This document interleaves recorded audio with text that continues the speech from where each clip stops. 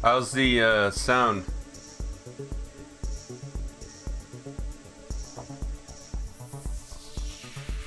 Almost ready to start here. I'm just finding more boards. So.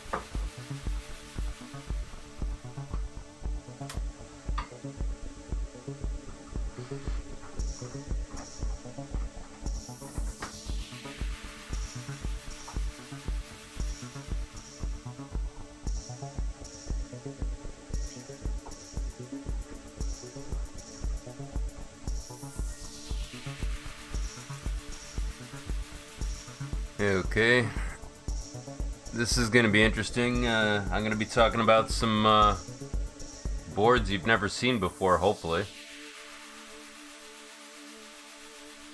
So let's get the show on the road. Okay, first board you've probably never seen before is one I probably can't pronounce correctly, but this is a AZTEEG, and I'm probably mangling the name, but it's an X3 Pro. I think it's made by Penterset or Pentercat. There it is. Let's see, it's Penucat.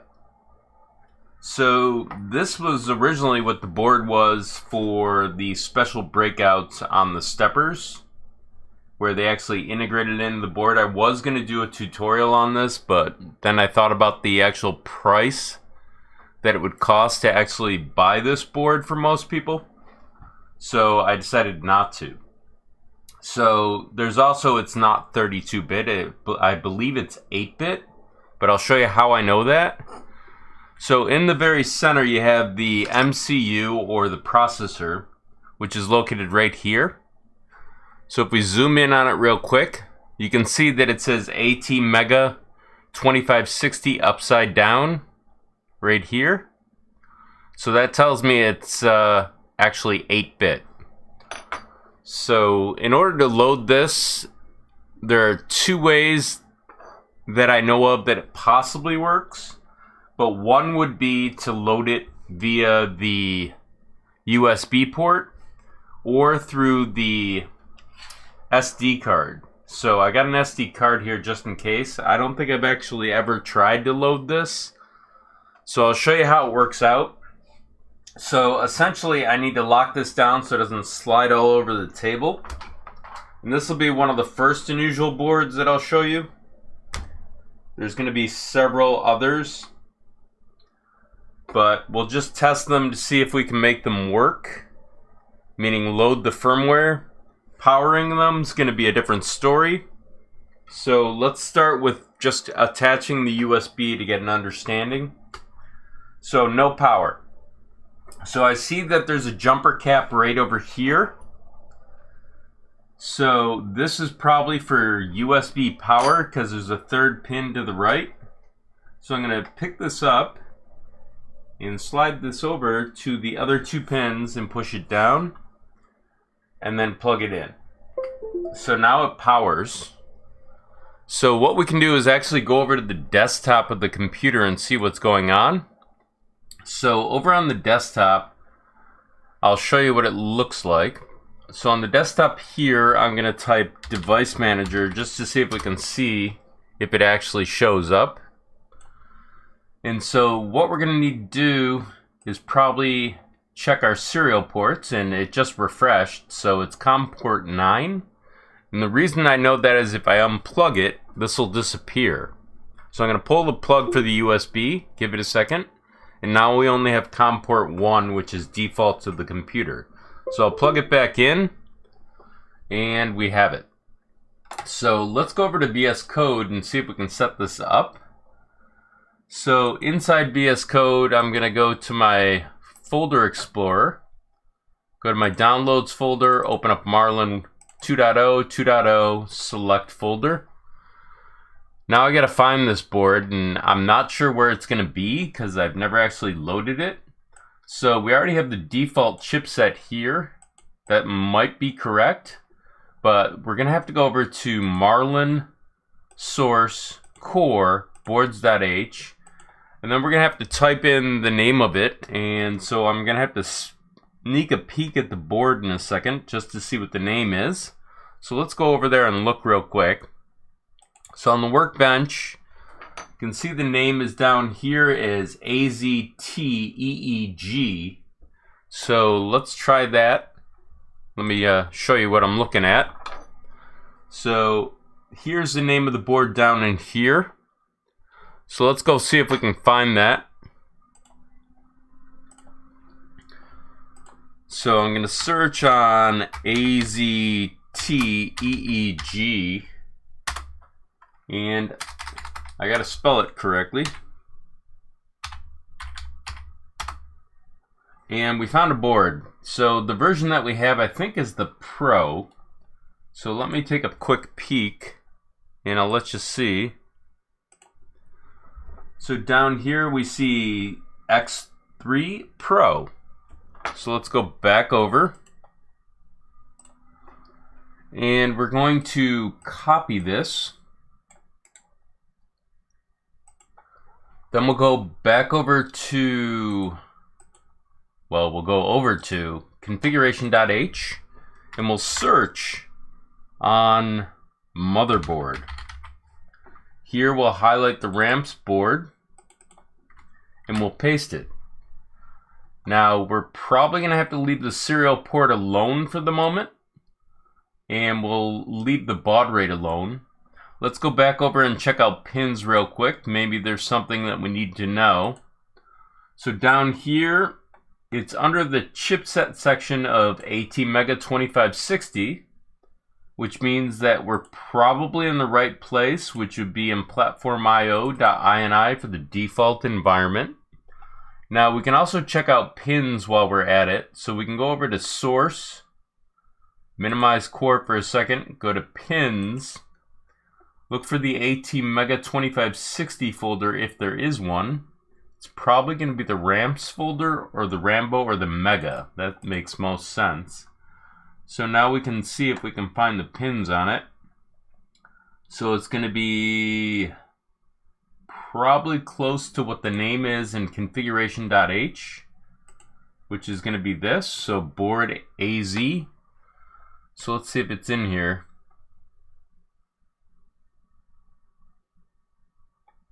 So I don't see it.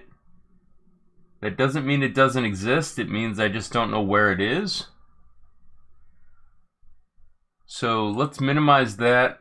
We'll go over to the Rambo boards, look around, go over to the ramps board, and there it is. So these are the pinouts for this board saying where everything is located. So you can see that they've got the fans under certain pins. So if you go to your pinout diagram, which I've never looked up for this board, that might be one of the reasons I never actually made a tutorial on it. So let's see if there's anything else we can pick out here. So there's usually an include. So let's see if we can find what the include is if it points to another board. Doesn't look like it does. Usually it's either at the top or the bottom. It does have stuff for, I guess, spindle laser. So pulse width modulation is PWM. And it says what pin. Now apparently it might be referring to the definitions in the ramps pins, which would mean that it's saying okay, include ramps, but I don't see that in here. So what we're going to do is just try and load it real quick. So I'm going to go over to configuration.h, have it set to port 0, and I'm going to do a clean so I can clean out the actual folder up here, which is going to be inside of, hang on a second, .pio. There originally was the ramps, so that's now cleared out. So let's try and build it real quick and see what happens with the checkbox. This is just to check a sanity test that we can actually build it. So as you can see, it's compiling, and it's actually filling this folder with the actual configuration. So it looks like it built no problem. It created an ELF file and a firmware.hex. This is actually your firmware. This is in hexadecimal. So as you can see, the highest you can go to is F in hexadecimal, and there's probably 1 or 2 in there someplace. But hexadecimal is counting from 0 all the way up to F. It's a 16-bit configuration. I don't want to get into the computer science part of it too much, so I'm going to skip that. Basically, it's just the numerical information that needs to be sent to the chip in order to program it in the format that it's in. Binary would be 0 and 1. That's why it's called a bin. So let's try and send it now with upload, and I'll check on the chat in 2 seconds. So, let's see, good morning. How's it doing, Marcella? And let's see, multiple boards. Is that working together on the same printer or separate or multiple printers? Right now we're just looking at it at the tabletop level. Hooking it to a printer is essentially just making the connections. So your X, your Y, your Z axis, stuff like that. So it looks like it's flashing. So it looks like we can actually load via the USB port on this one. So to test it, I need to actually open up the printer face just to see if we can connect to it. So I'll go to printer face, open that up. And this is just used mostly for testing now for me. I don't usually use it for printing anymore. I use Cura to slice.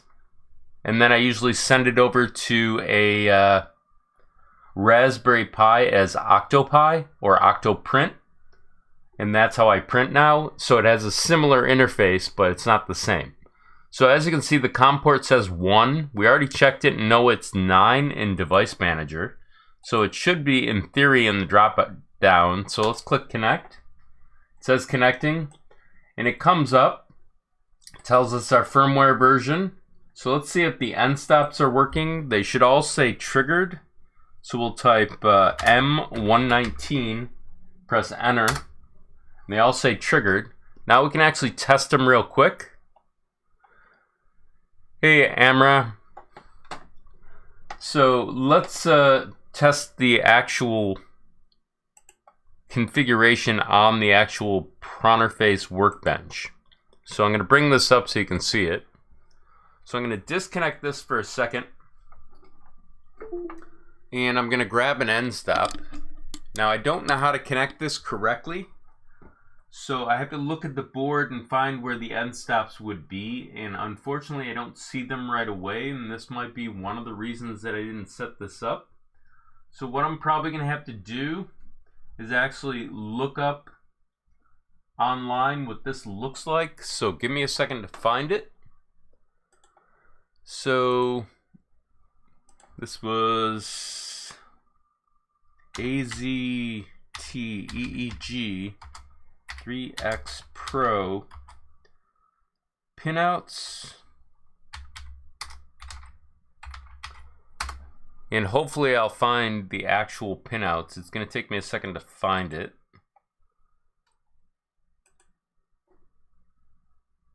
So this kind of looks like it. So let me open the website.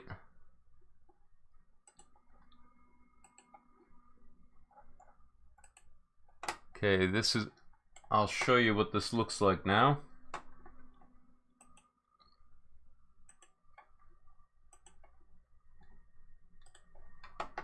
So what we have here is the actual configuration for the pinouts. So you can see that you have your X, your Y, your Z, E1, E2, E3, E4, E5. So it's got 5 steppers. Technically they usually count from 0, so it would be 4 for its last one. And it doesn't look exactly the same with the actual information down here, but I could be not reading it originally. But it looks like it has a buzzer, which is kind of cool. But let's see if I can find the end stops. They look like they're right here, so these would be the pins. So I need to zoom in on this. So it looks like to hook up the pins, there's 2 ways to do it, meaning that you can connect via the blocks with the screws, or you can do it above. So I got to be real careful here because I don't want to set my board on fire by hooking it up wrong.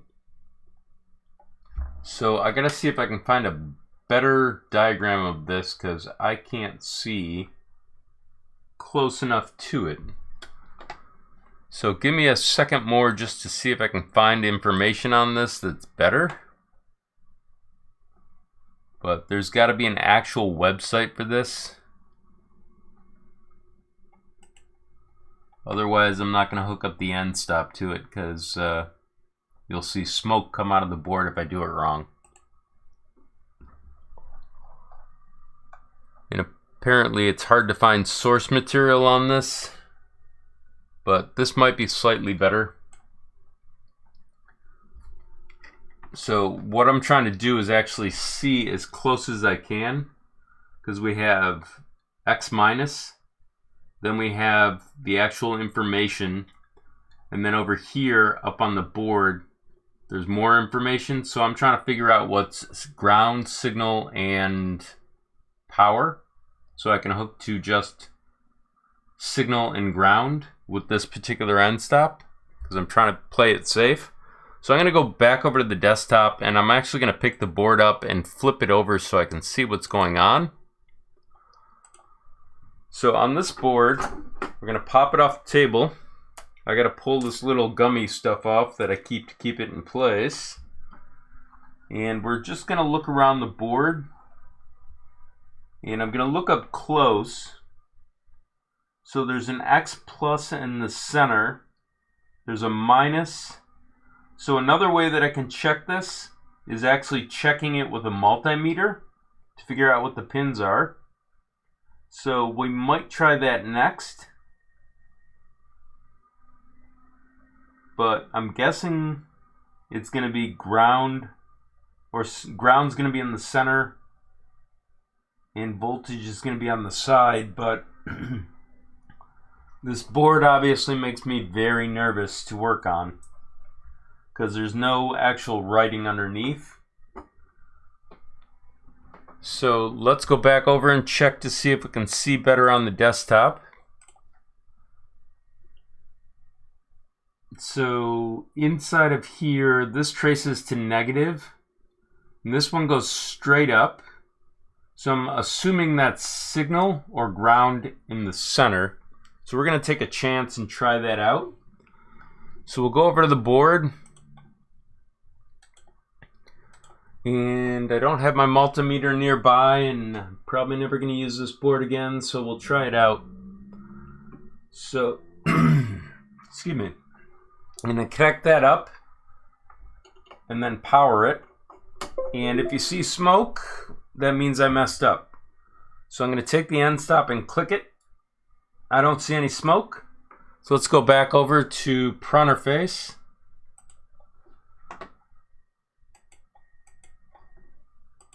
So inside Pronterface, I'm going to pick this up, click this down. Well, I'm going to connect first. Then I'm going to click this down, do an M119 again. And it doesn't say anything. So that's awesome. So either the board's fried or I don't know what I'm doing for the end stops. So we'd have to measure these electrically. So I'm not going to spend too much time on this board, but essentially your end stops are down in here. And then you have these ports, figuring out what ground and signal is, and also voltage. You basically take your leads on your multimeter. Let me grab one actually.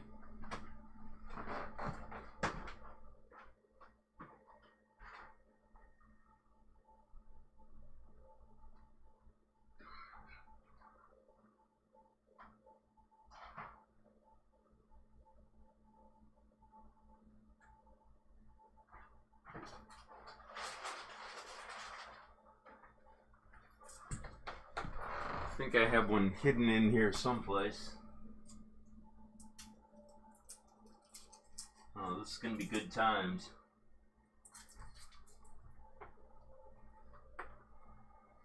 The funny thing is I have 3 of them lying around my apartment.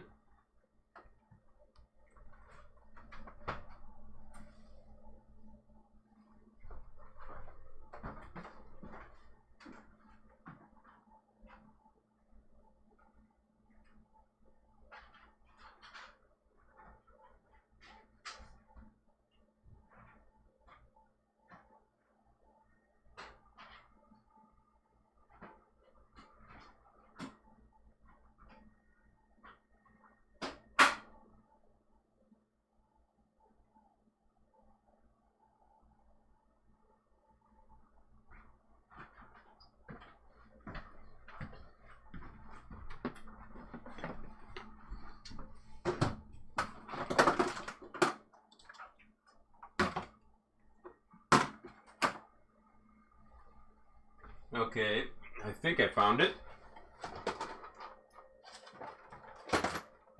There we go. I also found more boards. So here's the multimeter. I'm going to tack this down so it doesn't slide around on us.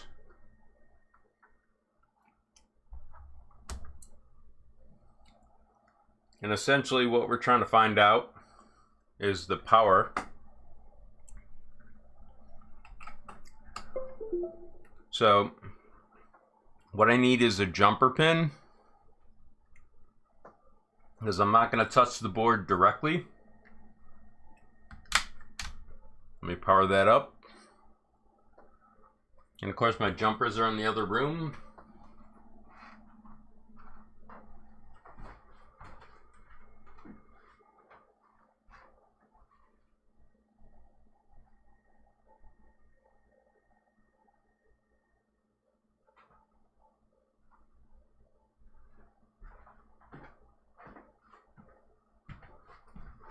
So the reason that I'm doing this is so that I don't accidentally touch something that's a power lead to the wrong thing. We know this is ground electrically. So I'm going to attach this here. And then I'm going to put this down so that we can actually measure it. Right there. And then I'm going to take the actual wiring for here, and I'm going to put this on ground, which is right here. This is the ground plane to the board, and this here. So that reads 0, so we can guess that that's ground. So we'll pick it up, we'll move it over to the next pin.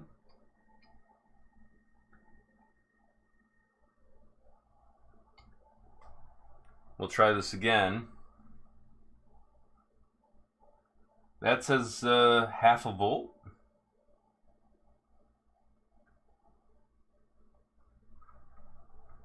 Let me just double check to make sure I'm not set on the wrong thing here.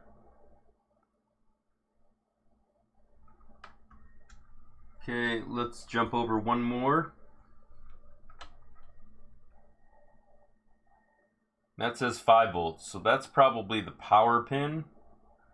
So the one in the middle might be signal, and then the one on the end is ground. So we essentially have this connected correctly.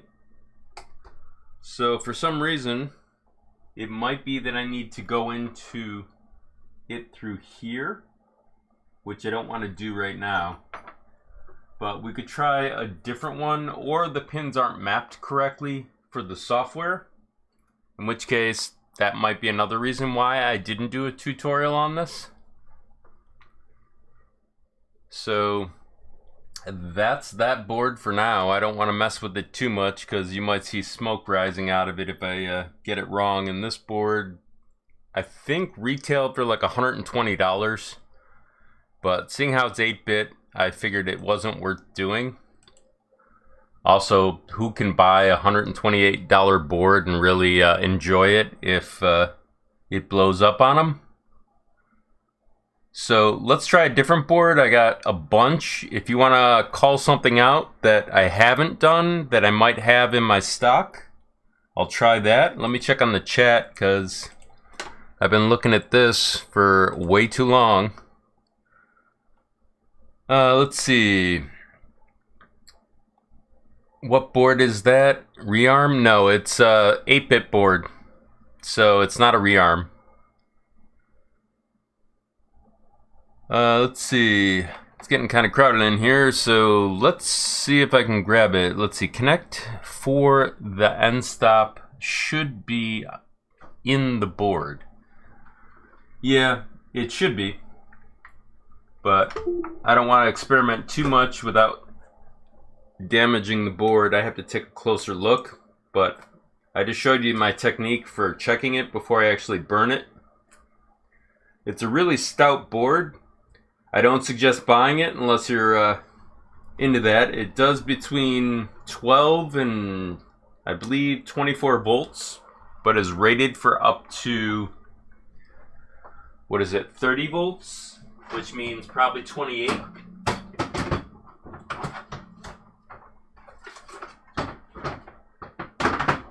So here's another board that I don't think, well, I may have done a tutorial on this. This is the S6. This one you actually have to load through the display. It's a really weird configuration, so let's give that a try. Essentially, this might be 32-bit as well. But let me get some of this material off the actual workbench for the moment so I don't accidentally cook something.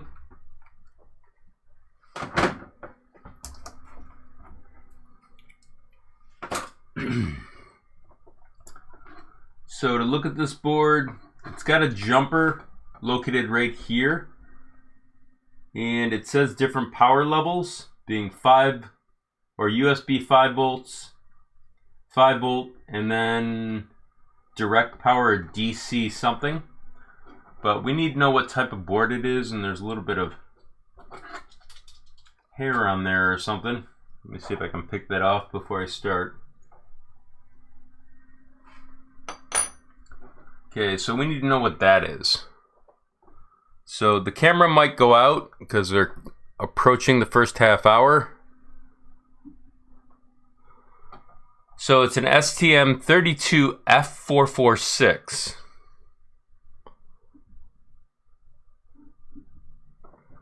So first thing I'm going to do is I'm going to try and power it. Now the jumper position might not be in the default position, so let's give this a try.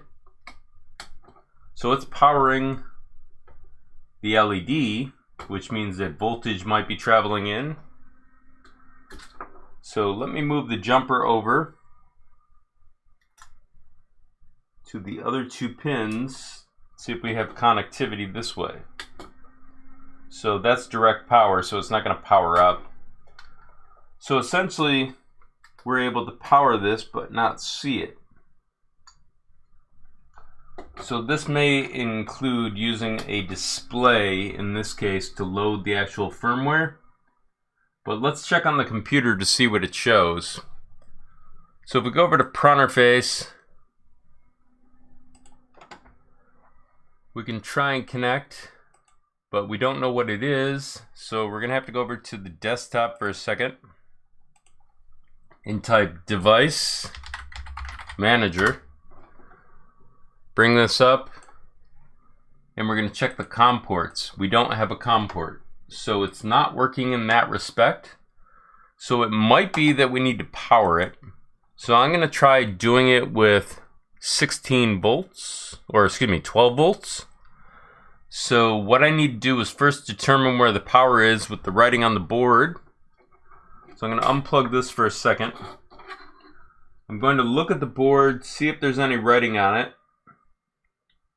Apparently there's a power in, and I marked it with red and unmarked, so I'm going to try 16 volt or 12 volts. I'll wake up in a moment. Let me just find a screwdriver.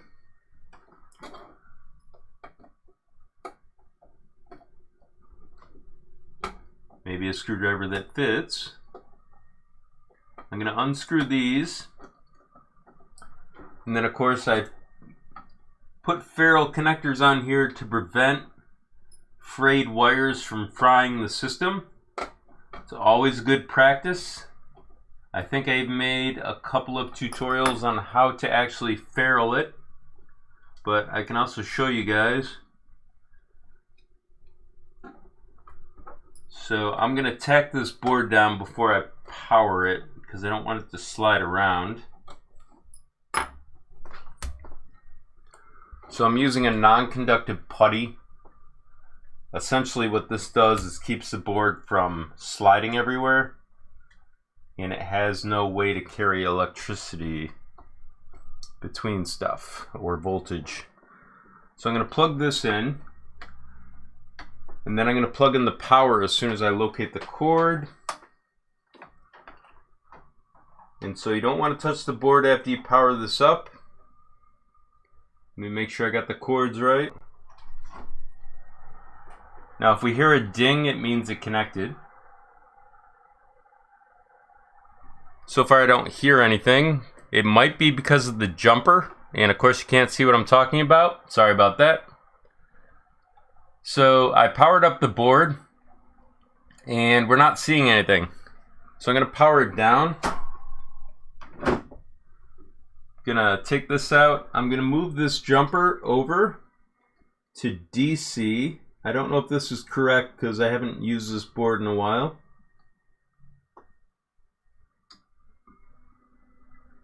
Gonna plug this back in, and then I'm gonna power or energize the board.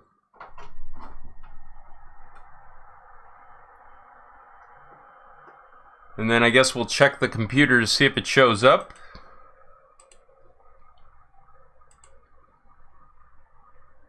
So we got nothing. So it might be that it's not loaded with firmware. So I'm going to power this down and we're going to try and load it with firmware. I believe you have to do it through the display, which makes this fun. So I'm going to see if I can do it off a common display first.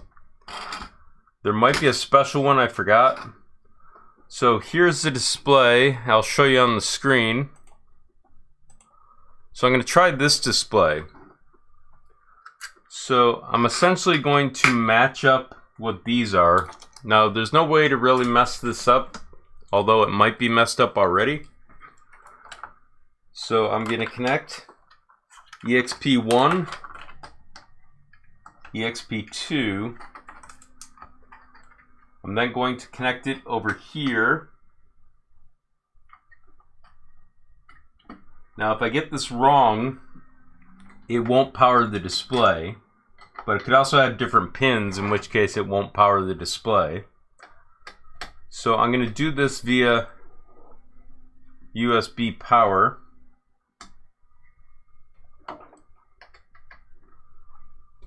So it's not working yet, so we'll reverse these two connectors.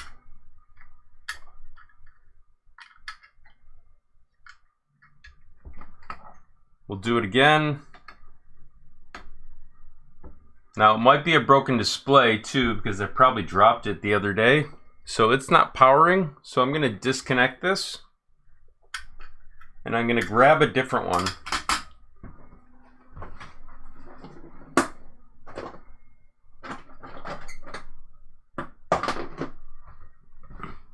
So this is similar in type. Essentially it's the same, except they wire it slightly different possibly. You can see that it's two boards. It's already powering. So I'm going to connect the other side. Then I'm going to disconnect this side. Doesn't power. So I'm going to reverse this. I'm just seeing if there's a difference in power. There's power running off of both of these. So this might take 2 tries to do. So what we're going to do next is we're actually going to load it through a SD card, pardon me. So I'm going to place the SD card in here, place this in the computer and see what we got on it.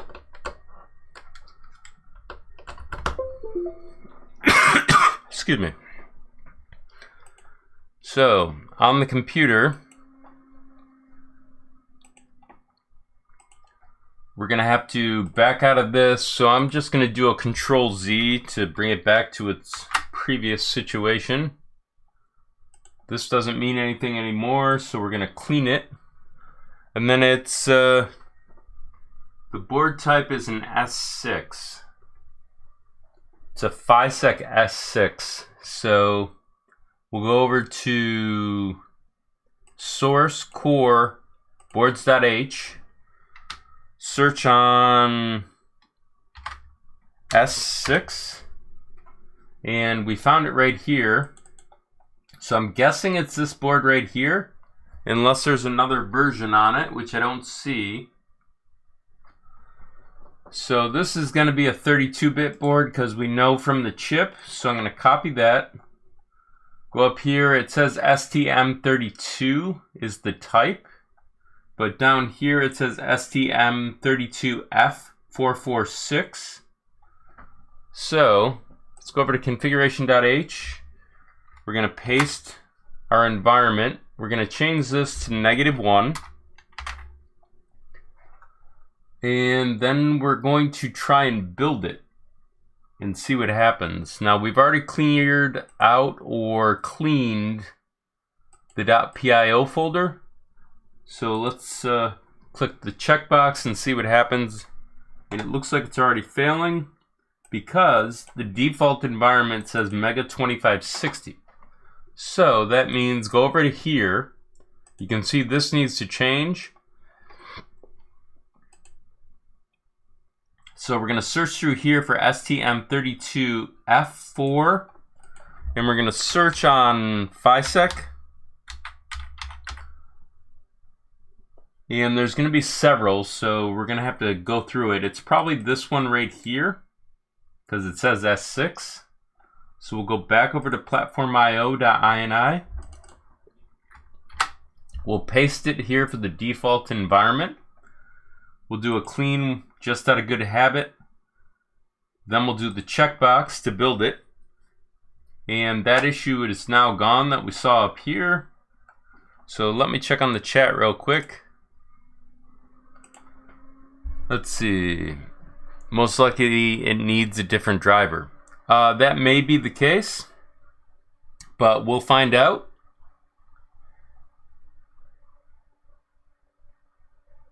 Yeah, the smart displays sometimes don't seem that smart, but basically the original one did work as designed, and then people started changing the design around and plugs. Okay, so that's built. So let's go up here to the .pio folder. We can see there's a bin. So we're going to need to right click on that, and we're going to have to say reveal in File Explorer. So let me get this so you can see it. Let me make sure you're seeing what I'm seeing. Okay, so we're going to send it to the F drive. Looks like I was doing something with a TFT display earlier. So I'm going to delete all of this.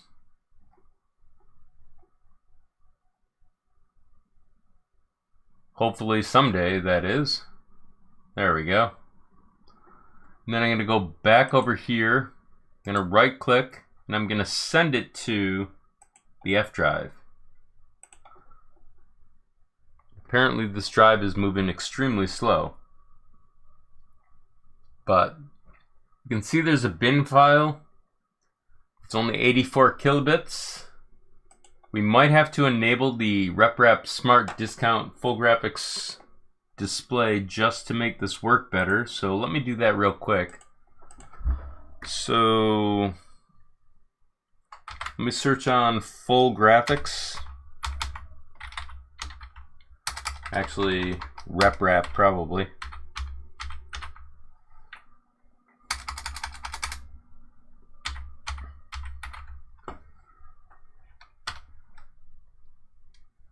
I think discount.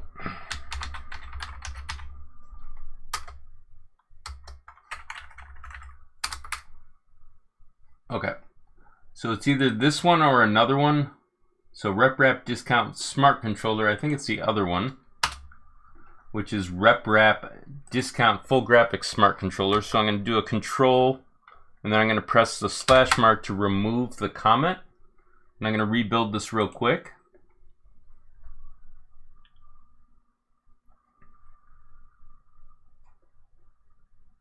And it pulled a bunch of libraries and then it failed. So let's try this again.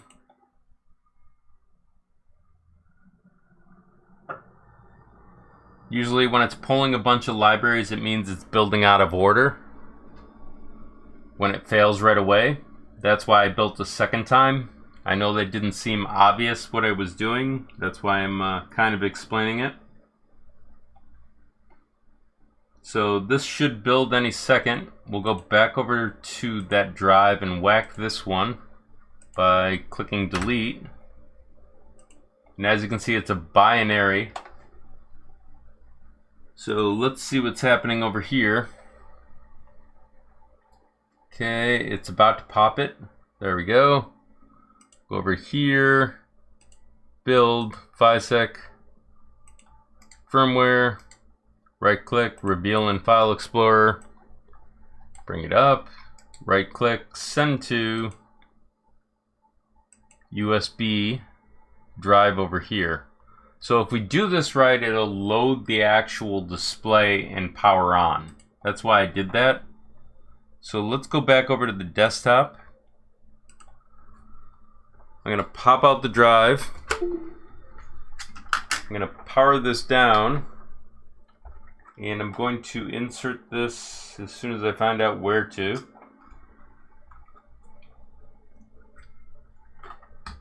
And then power it up and see if it works. Now it might be hooked up backwards, which It's flashing, so something's occurring.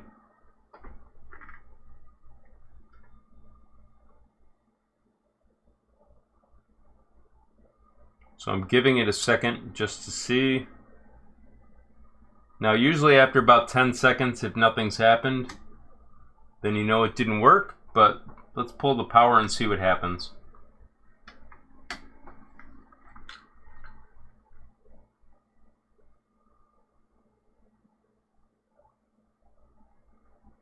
Okay, so now what we can do is, first I'm going to pull this drive out for a second. I'm then going to set it inside of here, and I want to see what the status of the drive is. So I'm going to plug it back in. I'm going to go over to the computer, and I'm going to go to the drive and see what occurred, if anything occurred.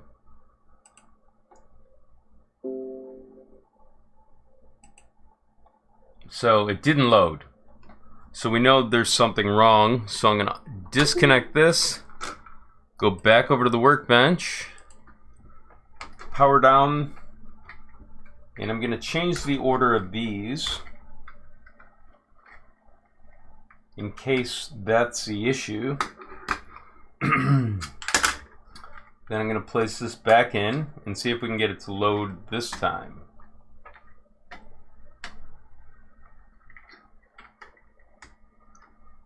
So it looks like nothing's happening.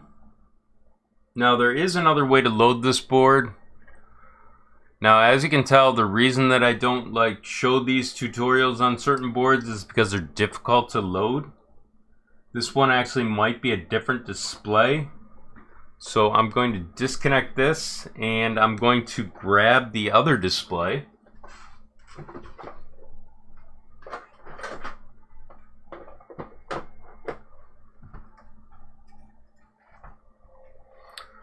So here's another display. I might have to change something in firmware to do this, but this is going to get real weird real quick. But now I'm kind of curious as to why it's not working easily before I give up on it. Okay, so I've got that. I need to pull this.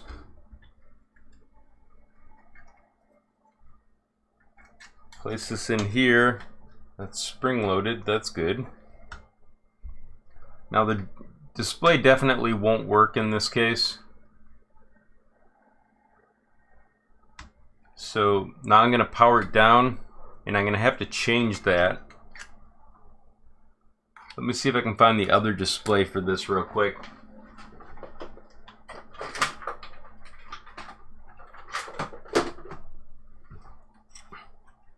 This one might be easier to work with, because this one comes apart in two pieces and also might be broken.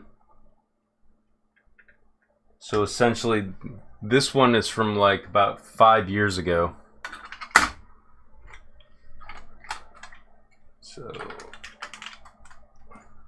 let's try lining these up. This is EXP2. This is EXP1. Need the drive, which I took out and put someplace. There it is. Place it in here. Power it up. It's not powering, so power this down.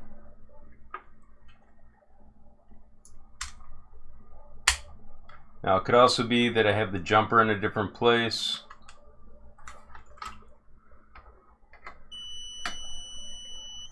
And that definitely is not it. Now the buzzing's not a bad thing, but it means it probably doesn't work with this board. Now obviously you can see the pins for power are different. So it's not working. So let's try this real quick. This is obviously not going to make a difference because I did it on the other side. probably going to buzz.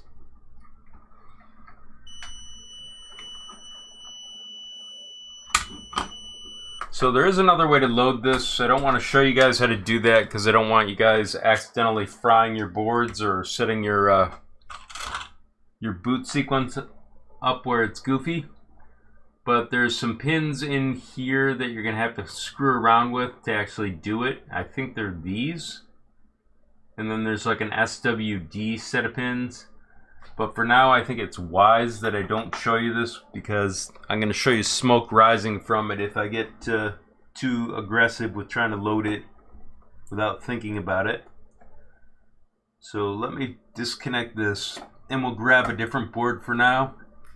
But as you can see, this is probably why I didn't do a tutorial on it, because the loading of it's a little difficult. It's actually easy once you know how to do it. And I think I actually recorded how to do it, but I didn't release the tutorial because I didn't want all the other issues that are going to come with it.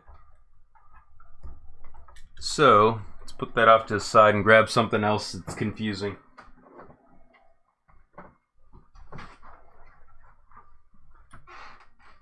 Sorry, I'm just looking for the other boards.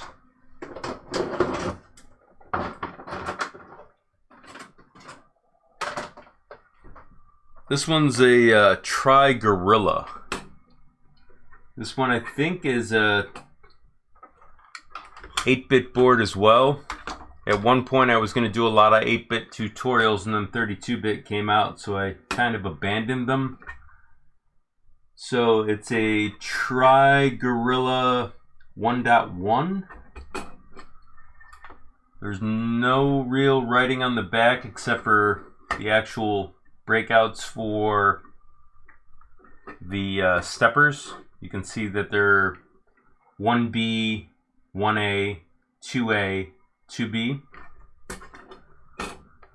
So let's tack this down.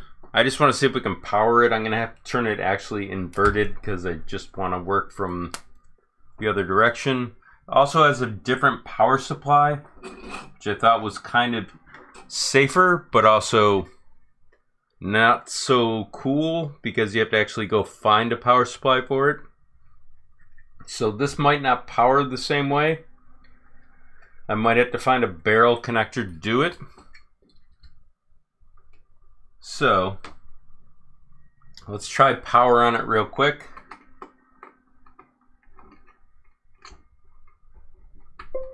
So it's powering up right away. So that's good. Let me check on the chat because obviously I've gone off on a tangent on that last board.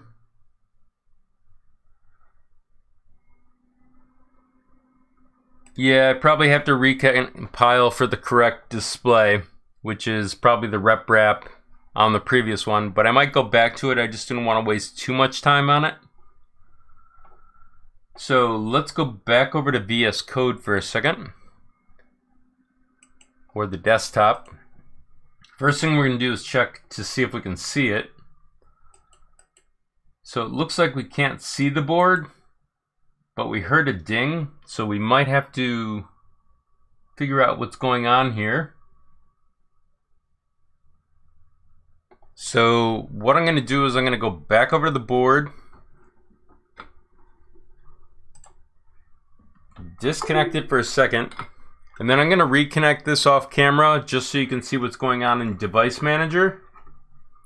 So I'm going to place this like so, and I'm going to go back over here, and then I'm going to slide this in, and it looks like it's probing for something.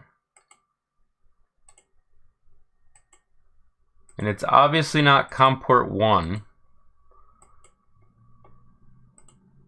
So I'm giving a little bit too much out about my system there.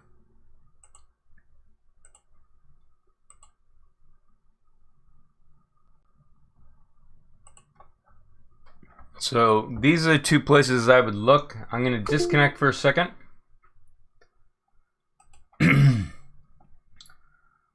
Says there's a PCI encryption decryption. Now I'm going to reconnect it. So this is probably it right here. So we'll do update driver, search automatically, unable to find. So we can go over to update Windows and do a check for updates.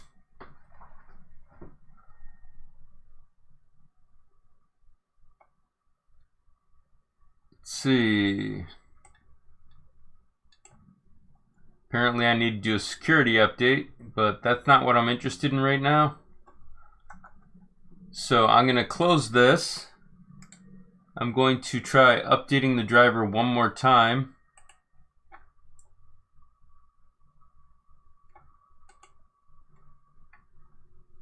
And this might be why I didn't do it. So let's try seeing if I can power it. I'm going to have to go find a power barrel for this, so this might take a second.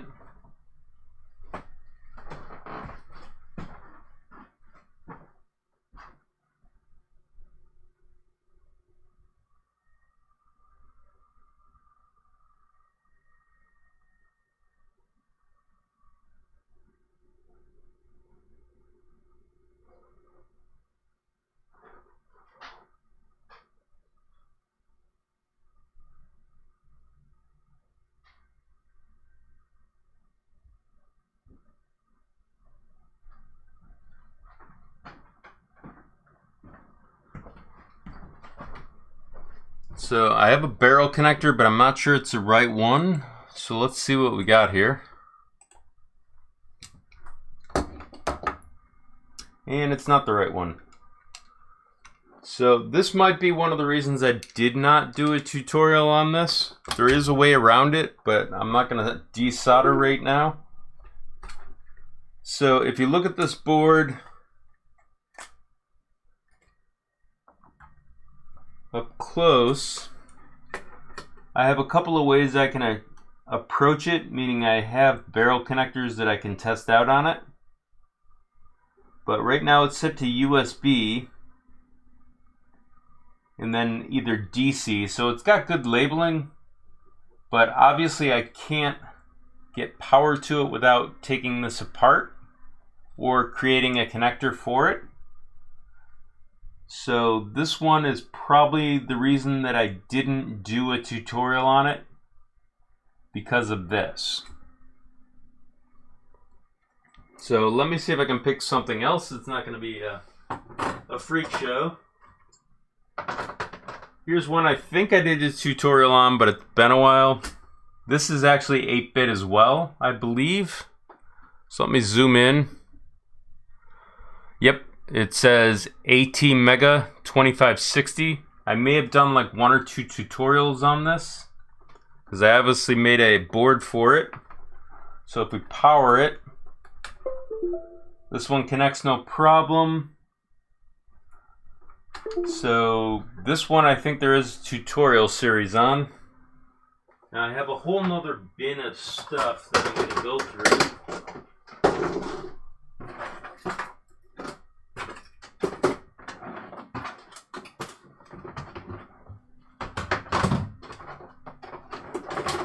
Here's one that I was going to do a tutorial on. I believe this is 8-bit as well.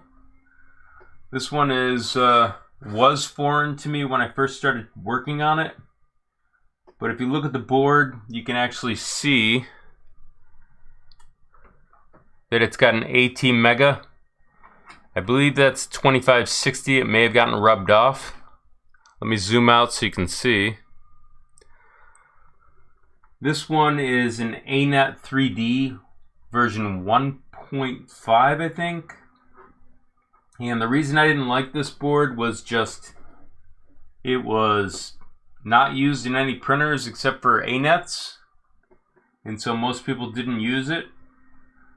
And the power on this, I think, is similar. So this is essentially a ramps. Let's see if we can power it. There's no power. So this one is confusing at first. Let me look at it for a second and see if I can do it off the top of my head. Okay, so this requires power. I'm not sure if it's 12 or 24 volts. Let me check on the chat because I obviously been going off on a tangent for a bit. So the Anet, I'm going to have to actually look up what it is.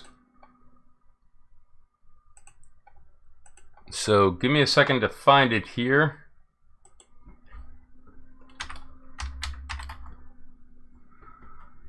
Let's see, Anet 3D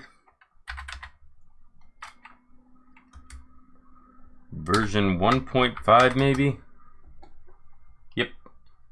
So let me show you what it is. So I don't know why they're charging a ton of money for it. It's probably about a $10 board.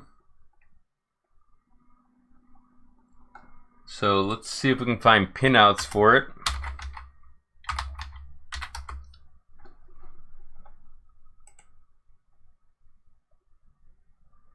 Okay, this looks like the board, but it's showing an MKS, which is not the board.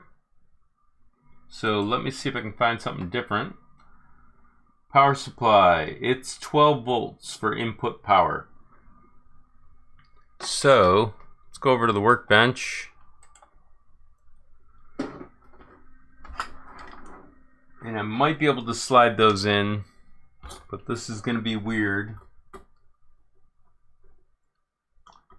Now I need to know what positive and negative is, because if I hook this up, you'll see sparks. So it says negative, positive. I'm going to double check on the diagram and it looks fine.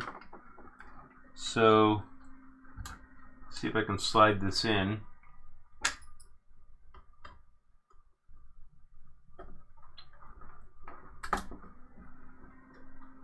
So this one requires power in order to start up. I have to double check my power supply in a second. So let me lock this down so it doesn't slide around.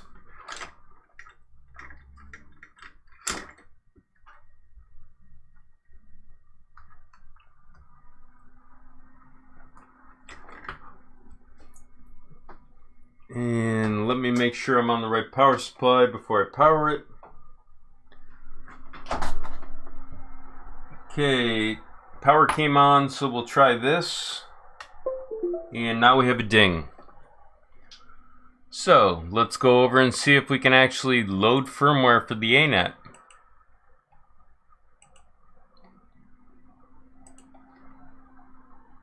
So we'll double check device manager. We see that it's COM port 6. We probably can already connect to this.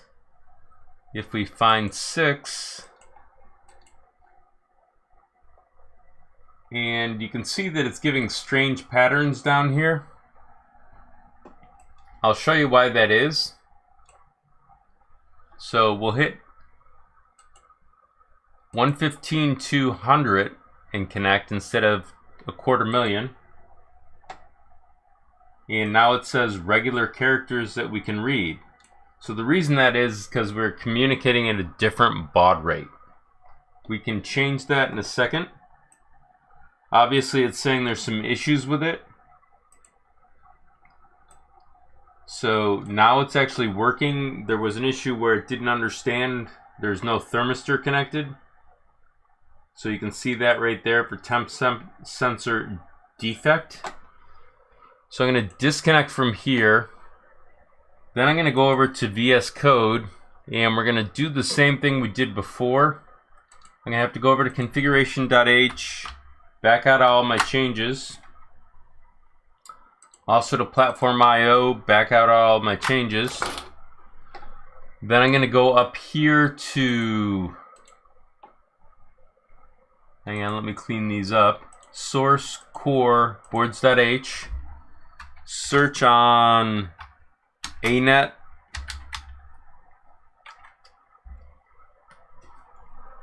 And we know that it's going to be not one of those. So we'll go up. And it's probably this one right here. But we can always check around. because it's got a bunch of different Anets. There's 3 of them apparently. I'm guessing it's this one. And as you can see, it's got a funky board possibly. So up here, you can see that the chipset for this group might be slightly different. So it's an ATmega probably 1284P or ATmega 644P. But it says Metzi clone. So we might be making an error here, but let's see if we can do this. This also might be a reason why I didn't do a tutorial on it, because it was confusing. So let's go over to configuration.h, update the motherboard, change that to 0, which it is. Platform IO, we're going to have to go to the INI. We're going to have to search for this board. So let's first search for it down in here. So these are 32-bit. Got the ramps. See if there's an Anet in here. Apparently not. So I'm trying to find an old version.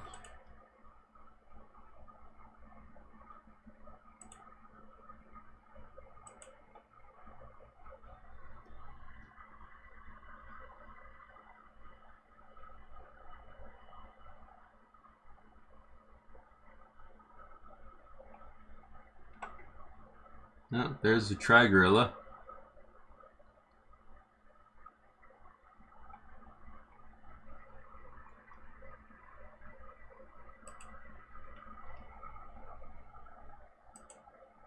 These are 32-bit, I believe. Yeah, ramps Duo.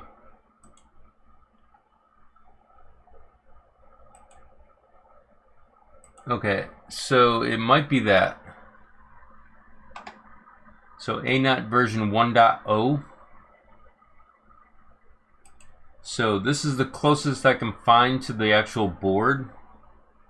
It might not be the correct one because I think it said 1.5 or 1-5. But let's give it a try. I mean, the worst thing I can do is destroy the board, which doesn't really matter to me. So we're going to go over to pins and minimize it.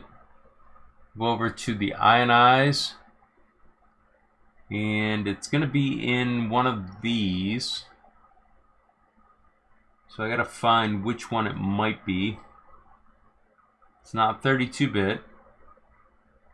Native INIs.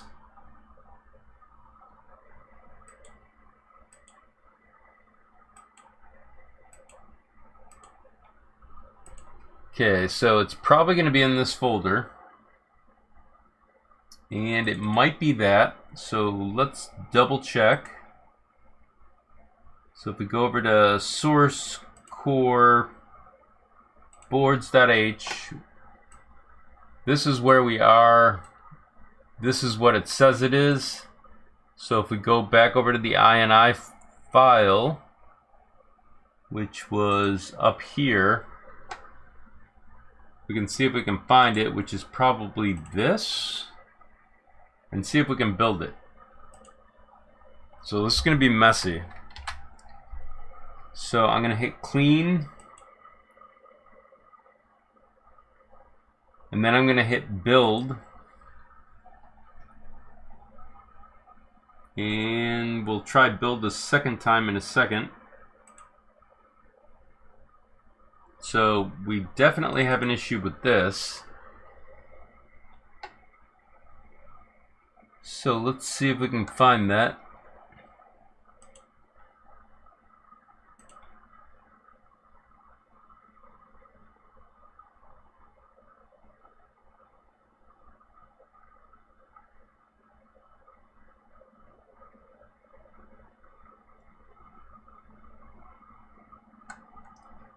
Yeah, this is going to be fun. It might be the Mega 2560 and I just don't know it.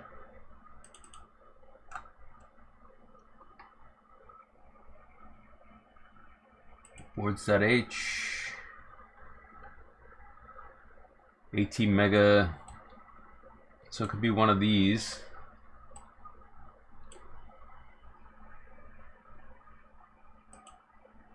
At least you're starting to see why I don't do certain tutorials now.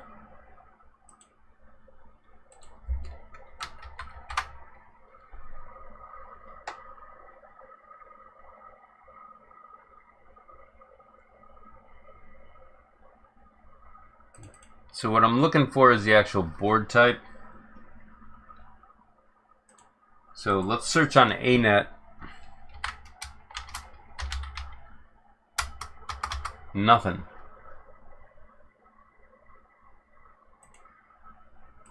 Search on Anet. Nothing.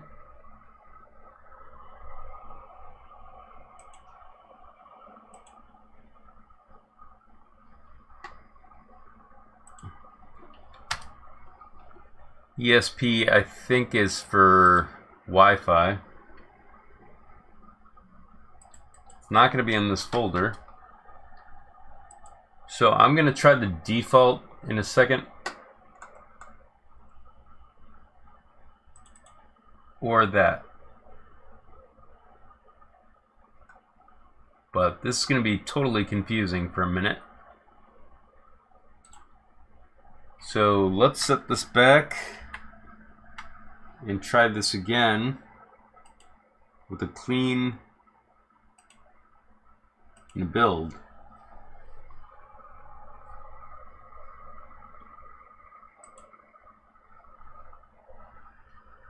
So apparently this is going to be good times.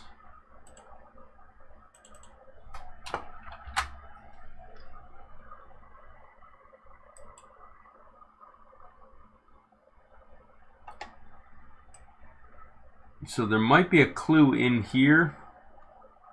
Obviously the clue is it's not building.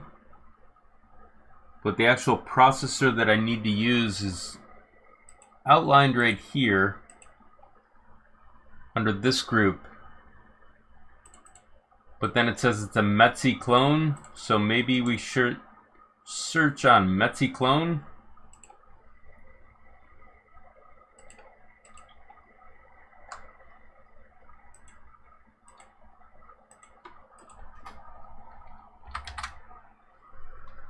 So there's Metzi, which looks like the environment, so we'll copy that, go back over to platform IO, paste it here, whoop.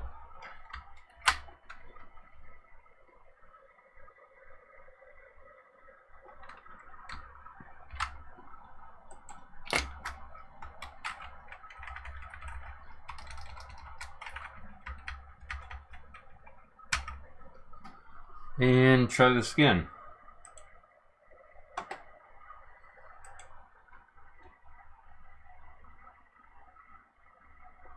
So this might be the actual build. So if this works, then we can try loading it. And one of the ways we can verify that it's working, I'll show you in a second. So it looks like it's writing to it. That's a good thing, I guess. Or I'm just messing it up. But do you have the MKS Gen L 2.1 around? I have an MKS Gen L2, I think, which is almost the same board. Obviously there might be differences because it's got a different version number. So it looks like it loaded correctly. So let's test it real quick. I have it set to a different speed, so this might give away what's going on. So let me bring up the environment so you can see the board. And I'm going to try and connect to it.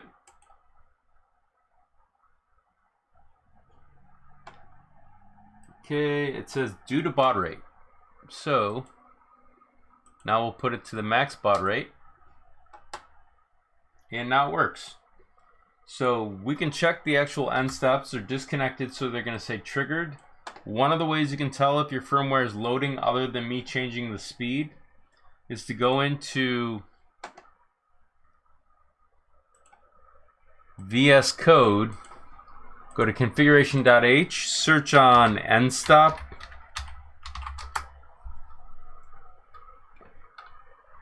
and for end stop settings, go down here and invert the actual logic. So take the false to a true, and then click platform update. In this case, we can send it directly across. I'm going to disconnect from this real quick,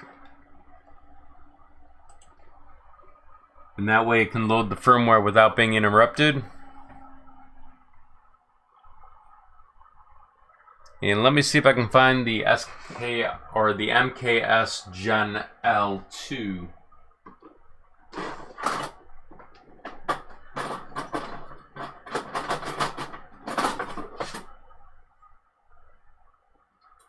Yeah, I got a Gen L2 right here.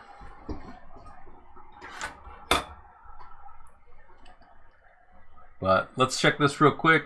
So if we connect, and then we bring this up and we say M119, it should invert the logic, which it did. So that's how you know it actually loaded. So I'm going to disconnect that. I'm going to power down the system. And I'm going to have to pull some stuff off the desktop real quick.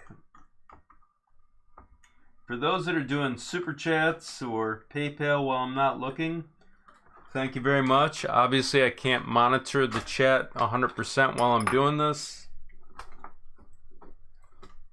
So let me pull this off.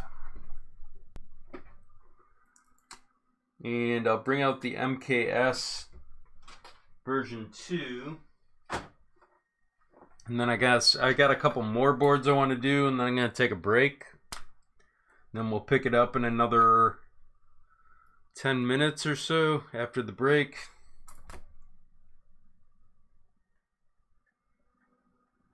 Reason being, I think I have a package from Amazon arriving any second, so. Okay, that's the MKS Gen L2. I'll bring it up so you can see it in full screen. So essentially, this board, see if I can dial this in a little, it's got one port for an auxiliary 1. It's got your EXP 1 and 2. I might have them backwards. Got your end stops. Then you got either end stops or run out sensors. Got your power. I believe it's for PSU power, being the processor, being the whole board. And then you have bed power. Now the bed power, I think, is output power to the bed from the power supply. Then you have your hot ends 1 and 2.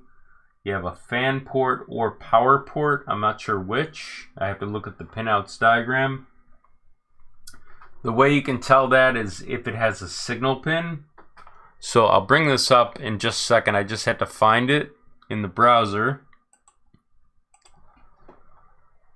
So it's going to be probably something like MKS Gen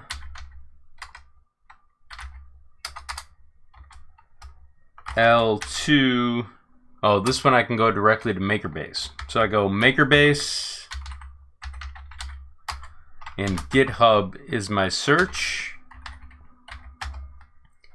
That brings me to the MakerBase page, which I'll bring up so you can see what I'm doing. Now on here, you can actually search repositories. Do MKS Gen, and there's several different ones. So it's the Gen L probably. Now there might be multiple hardwares in here, so you can see there's an MKS Gen L version 2.1. If you're looking for your pins, you can look on here, and as you can see, there's a fan pin right here. So one of these is actually going to be a signal pin probably. So you have to find where D9 is being talked about on this diagram, which might not be on the diagram, because you can see the other pins right here like D17. So this says D9. So D9 is probably a pin. So that's how you can control your fan for this one.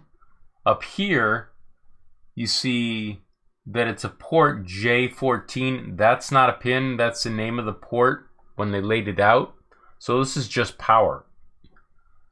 And what you can do to make that operate differently is, I forgot the configuration of this board, but I think they have actual pins on the side, which I'll show you right here, where you can do a fan extender.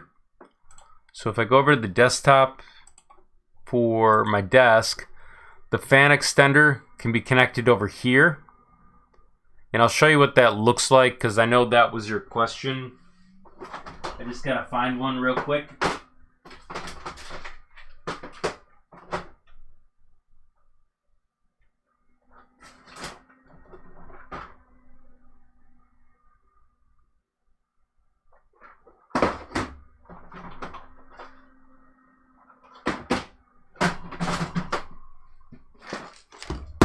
Or you can set it for continuous power.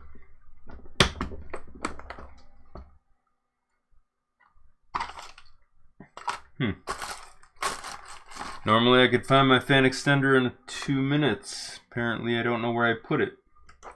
But I'll show you a picture of what it looks like.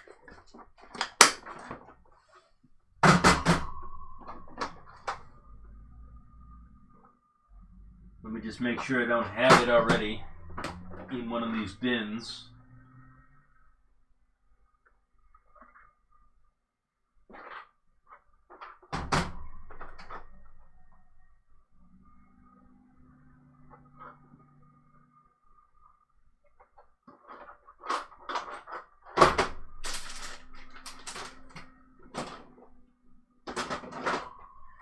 Okay, let me look it up real quick here.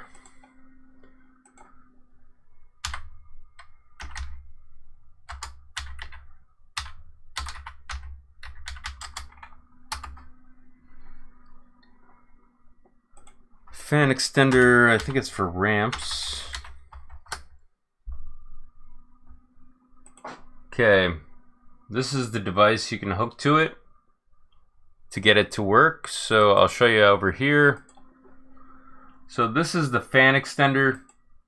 It hooks to your pins for your servos and turns this into a 2-port fan that you can control. I'm trying to find a better image. So it needs to be powered, and then there's 2 fan output pins that you can use off it. That's the solution I think you were looking for, but I'm going to show how to load the firmware on this real quick. So this one is a very simple board. It's an 18 mega 2560, and I'll show you how I know that. If I zoom in and I move this to where you can see it, you can see the chip. I know there's a little bit of shadowing going on, but that's how we know it. So let me zoom out real quick.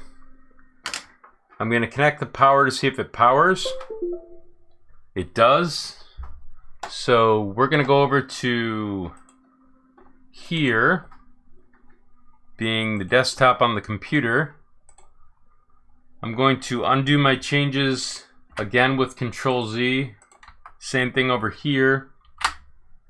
And I'm going to have to go and search on the MKS. And the original tutorials that I did, I don't think they had the correct chipset. So I was using ramps, which essentially is the exact same pinouts. So I'll show you how to do this again from scratch. So if you go to the Marlin folder, source, core, boards.h, search on MKS Gen L. There's the first one right here. That might be the same, but it's not saying version 2. So let's search a little bit more, because there's 3 references. So there's a version 2 down here, still Gen L, and then there's 2.1. So there's another board for 2.1, In this case, this is the board that I have. The person that asked, this is probably your board right here. So let's go back over to configuration.h, search on motherboard, paste it over the ramps, then go up here, make sure it's set to 0, which it is. Over here, the chipset should be Mega 2560, so we'll do a clean and build, or clean and upload in this case, which is that button with the arrow. And in theory, this will work. By the way, when you see yellow, it's a warning. It's not an error. If you see red, it's an error. But usually if you rebuild, sometimes they go away because they're building out of order something. So what you can see right here is that it's actually loaded the firmware. So we can actually go over to platformio.ini and try and connect to it. But we don't know what the port is. So we have to go over to Device Manager. It looks like we're lucky and it's still the same chipset. So let's try that again. Now obviously I changed this back between boards, so we'll do an M119 to see if it's all triggered, which it is. So that's how you do that board. The question you were asking has to do with controller fans, which I made several tutorials on. But that's located in Configuration Advanced. And then I have tutorials on the ramps where I show how to do the the fan controller. So look in my playlist. It might also be in the MKS Gen L version 1 playlist. But essentially I explain the process. Now the firmware may have changed since I did the tutorial because Marlin likes to change it. But let me take a look at the chat real quick here. So I'm gonna take a 5-10 minute break because obviously I'm starting to get somewhat hoarse talking. So I'll be back in about 5-10 minutes. Let me set up this so you can see it count back down. And then we'll try and go through some other boards that I may not have ever covered, and you'll see the actual rationale for why. Obviously you've seen a couple right now. It's not that I can't set them up, it's that the end user has so much trouble setting them up that it's not worth it. So let me set the start screen to be right back in a second. Or I'm just going to set it to start, but I'm going to put 10 minutes on the clock. And so I'll be back in about 10.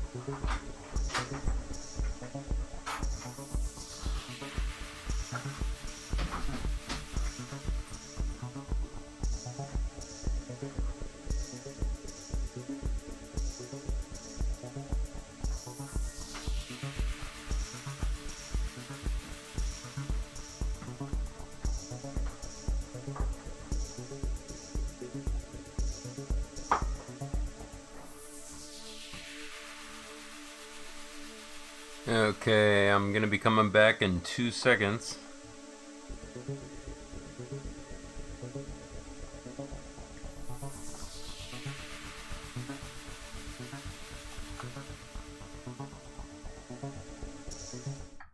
Okay. So, now let's see if I can grab a different board.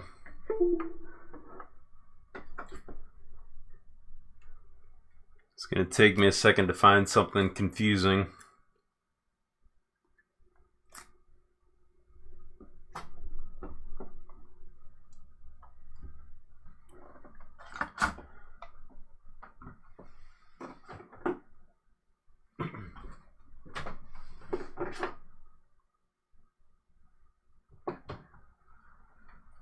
Here's one. It's the MakerBase version 1.5. Show you this. So this is another 30, or excuse me, this is an 8-bit board, I think. Yep, AZTEEG 2560. That's the MCU. Let me lock it down in a second, but let me show you underneath the board. It's not labeled very well. It's probably one of the reasons I didn't do it.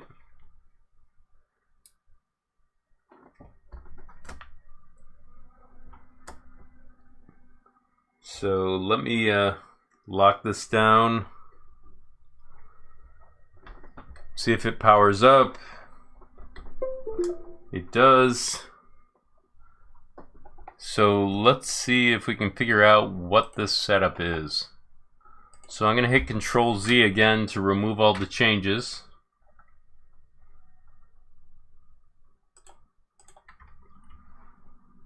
So it's back to normal. Over here it's back to normal. So simple process, core source or source core boards.h. Now we have to find the 1.5. So I think that's the board right there. So I'm going to copy this, go over to configuration.h, paste it over the ramps, leave the serial port to 0. Now let's double check to see what it falls under, which is AZTEEG 2560. Over here it doesn't really say very much about it. So let's give this a load. Let's see if it first shows up in Device Manager. shows up as 13. So let's try and connect to it. So it's not showing up over here. So I'm going to right arrow, backspace, 13. I'm going to assume the default speed, click connect. And as you can see, it's not connecting at the moment. So it's just hung. So what we're going to do is we're going to try and connect again real quick.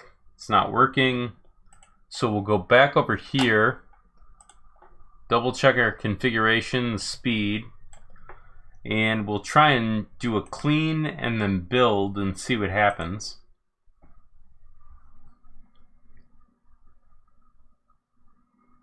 So it looks like it's building okay. Of course, the build might fail when it tries to load. So invalid handle.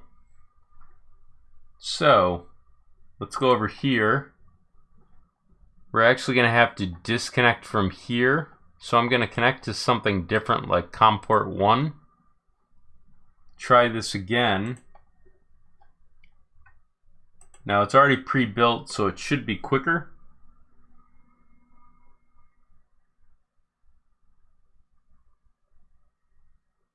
So now it's loading. So there was a connection issue between Pronterface, which was not allowing us access to the port to actually flash it.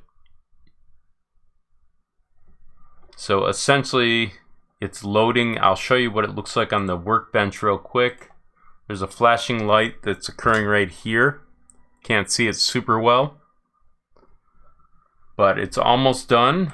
So let's go back and check, and it looks like it's okay. It does say some weird stuff, but let's try going back over to here and reconnecting to 13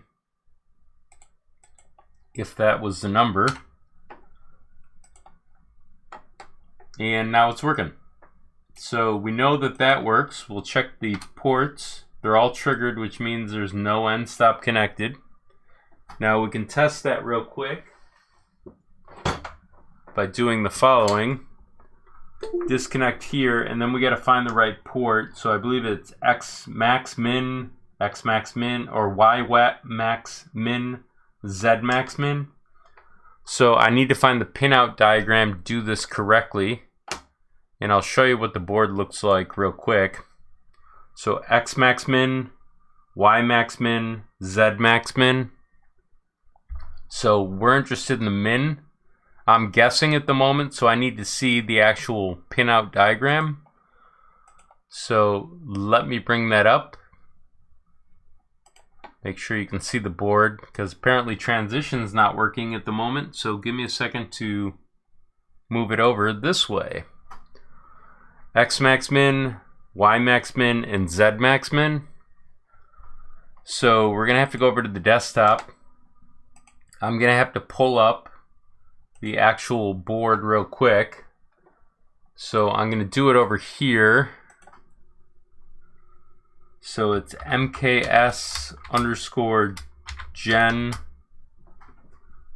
No, I'm sorry, Maker Base. MKS Maker Base.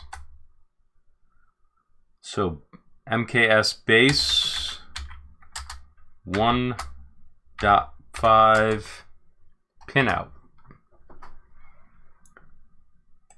So let me bring up the board real quick so you can see what I'm seeing. So this is the board, and this hopefully is the pinouts. That is not the pinouts, so we'll try this. So what we're trying to find out is signal pin, which is D2, ground, and voltage. So we want to connect to D2 and ground with our end stop connector.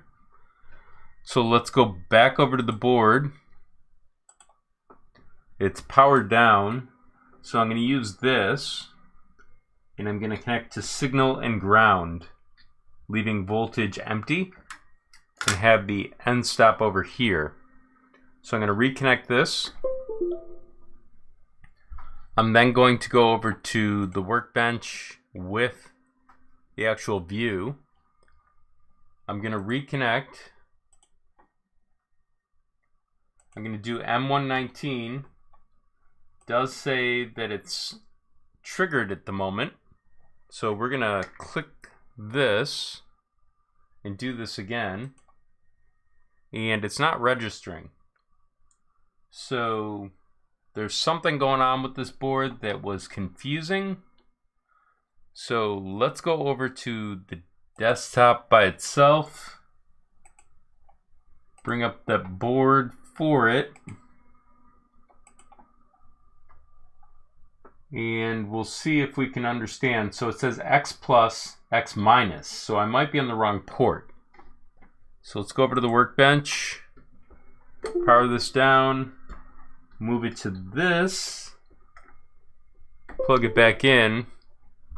And the reason that I probably didn't do this in a tutorial was probably because it was confusing a little. So we're going to disconnect, reconnect. We're going to check it again.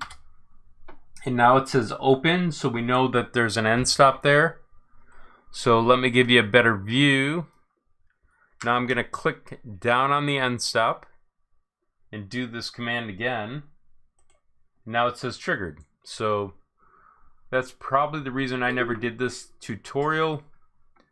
It's a really simple board. It's just basically an MKS Gen L before it was renamed.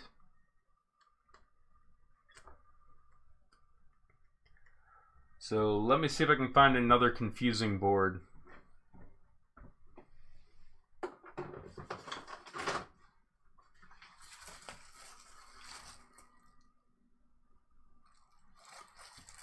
Okay, I'm not sure what the name of this board was.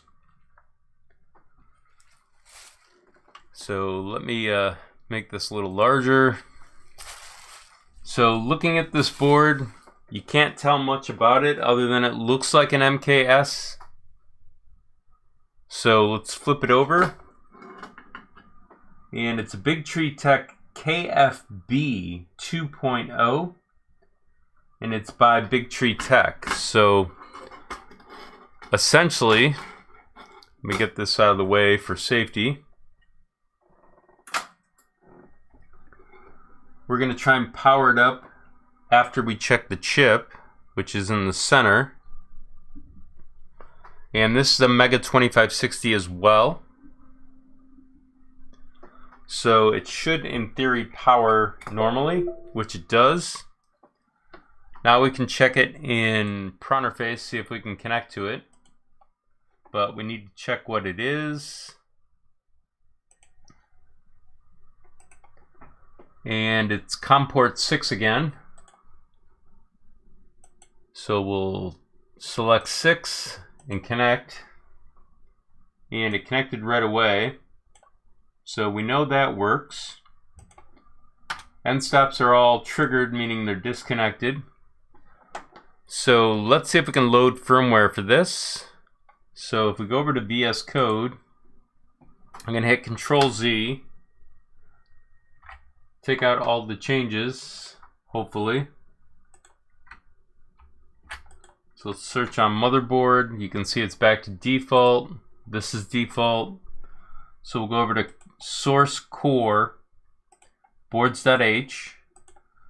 And then we'll search on the board name, which is KB something. KFB 2.0. So we'll search on KFB 2.0 and we found it.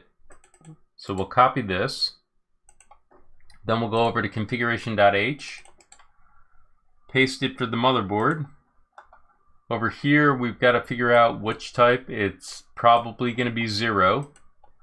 So it's probably going to be the Mega 2560 still, but we can double check by going over here. The category is AT Mega 2560. So we're good there. So we're just going to do a clean, and then we're going to do a build and upload, which is the arrow. So this is going to take a second to load. I'll check on the chat while this is going on.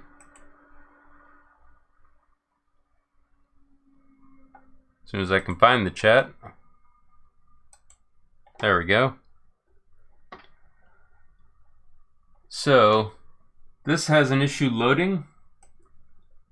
So it's saying that there's an issue because it can't connect with the serial port.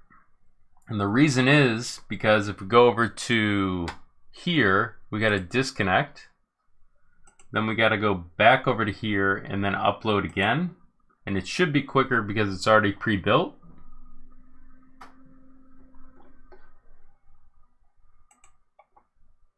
So you can see that it's loading right now.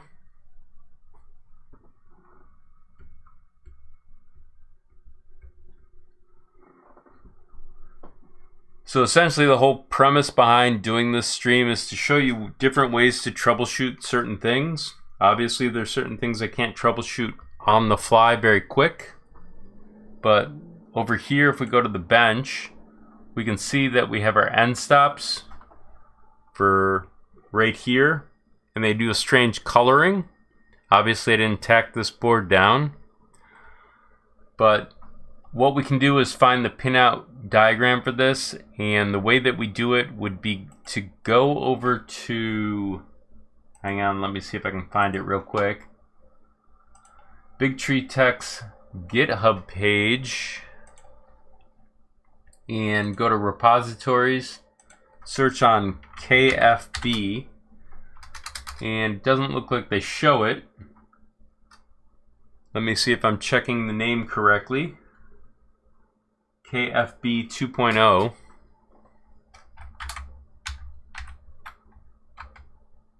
So it's not showing up there. So they may not have built a repository for this. So we'd have to go and check for it. So let me search on KFB 2.0, I think it is. Pinouts. Okay, let me bring that over so you can see it. So here is possible pinouts. Now they're showing them on the back of the board. So you can see the pins right here. These are probably the end stops, if I can get this to stay up. So if you flip the board over, you can see if it says A1, that's probably not it, but let's see if it's on the back of the board again. So let me bring the display up so you can see it. So on the back of the board,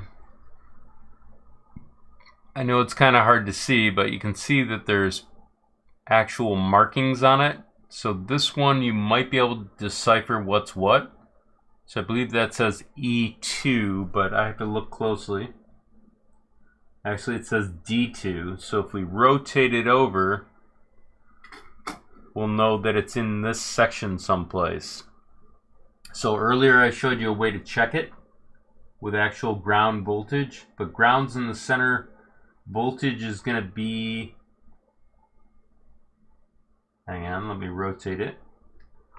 So I believe the signal pin is going to be on this side, but you can check that with the multimeter. I'm not going to hook it up right now because I don't want to smoke the board by accident because it looks like it's out of order. But essentially, that's your X minimum right here. And you can also check the pins file. So if you go over to the desktop and you bring up the actual pins file for this, which is going to be called KFB. So it's going to be under pins, and then it's going to be under probably, let's try ramps. See if there's a KFB in here. There is. So this is saying that it's using pins.ramps. This is an include file, which means that it's tacking on another file to it. And so the file you need to look for is going to be down here, and these are your pins. So you can see what they align the pins to. They basically copied the ramps configuration.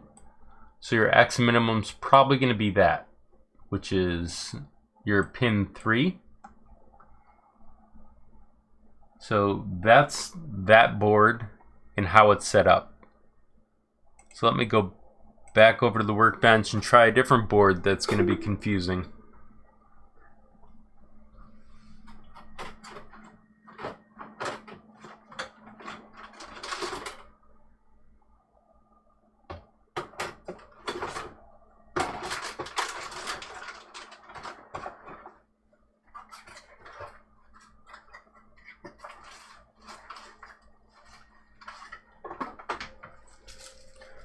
Here's the Lurge.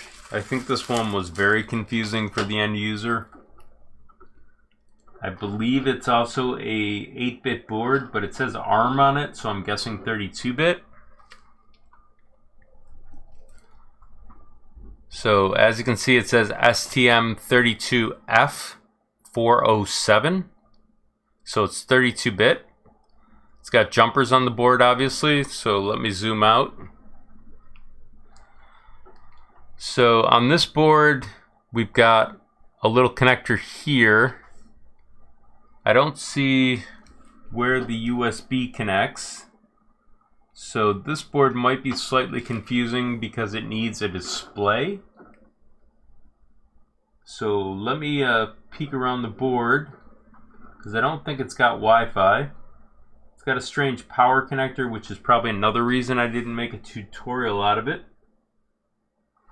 So there might be a chip that goes above here. Let me see what else was in the package.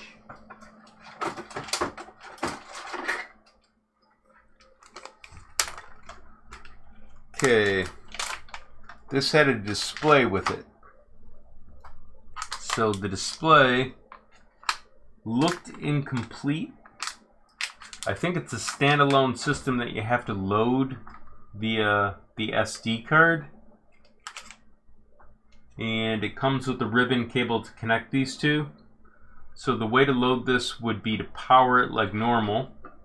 And the normal powering of it is a connector that's kind of strange. So let me take a look at this.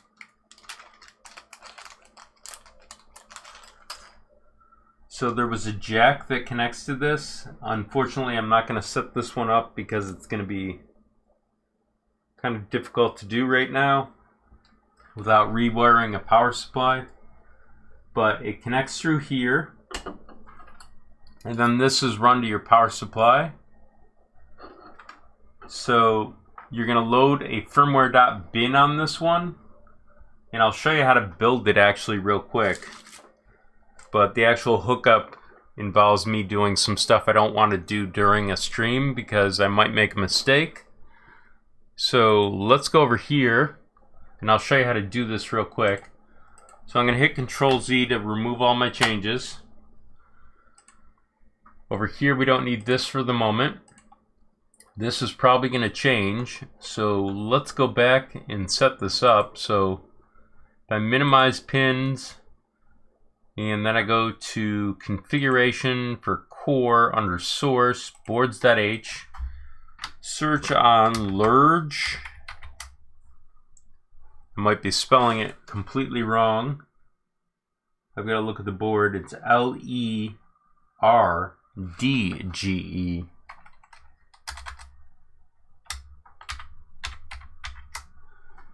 And so it's probably one of these boards. So there's a different version for each. So I got to look at it again. Flip it over. And I'll show you what I'm seeing. So underneath here, you can see that it's designed by Lurge. And then it's got Lurge X version 1.0.6. So let me take this off for a second.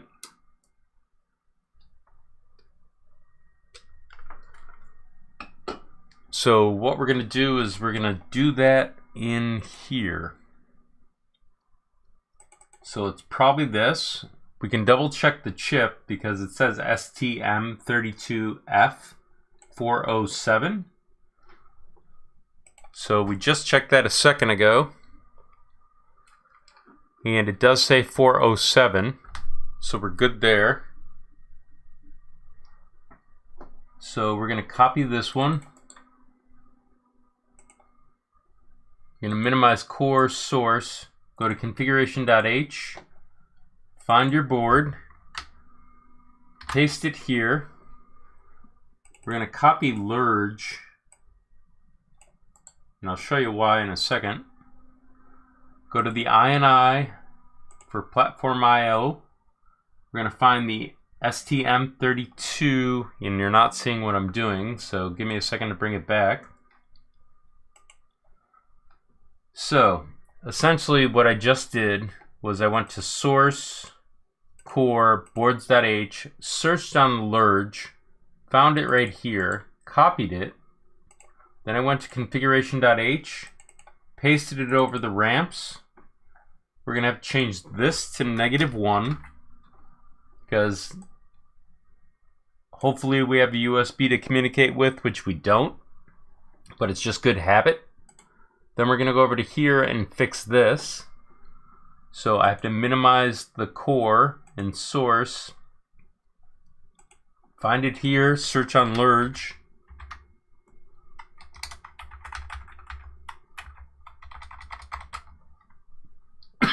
Excuse me. It says Lurge Common.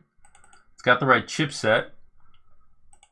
So we're going to copy this one initially. Hopefully this works. There might be a Lurge X, which is probably better, so we'll copy that. And then there's a different type for each, but we're just going to be building it locally, so it's going to be one of these choices probably. So let's go over to Platform IO, paste it here, do a clean, and then we're going to do the checkbox for build. And hopefully this will build. And then this one you're going to drop on a USB SD drive for the SD card, and then drop in and power it up, and it should load. But it looks like there's some issues with this build. So let's see if we can figure out what they are. So it's saying something about serial, which means that it's possibly an issue. So let's click rebuild, and I'll show you what the issue probably is, and it's probably this. But if it does build, that might mean that it's building out of order, which it's not. So we'll do a clean, and we'll try and do this again. There may be a specific thing we need to do with serial ports on this one.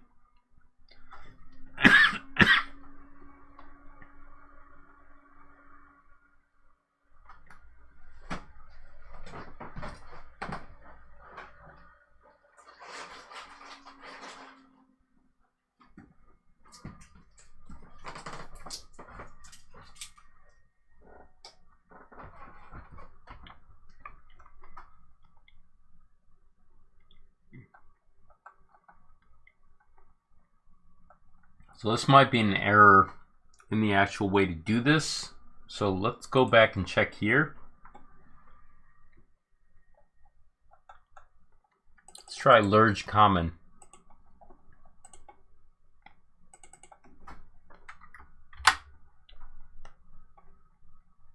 Do a clean. And a build.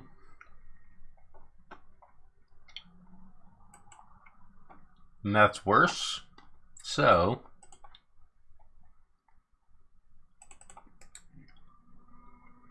let's try a flash drive.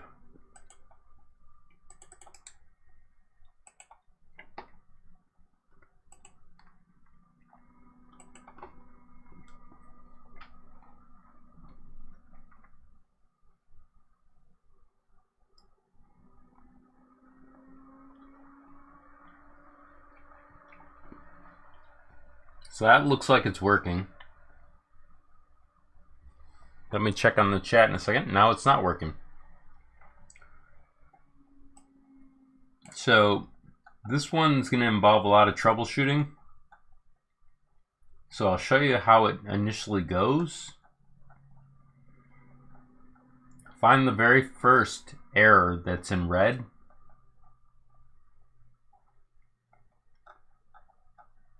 Apparently it's a ways up.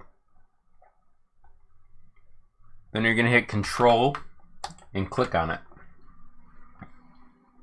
So HAL is Hardware Abstraction Layer. So there's something going on here, and it's about the serial port. So let's change the serial port to -1. Try building it again.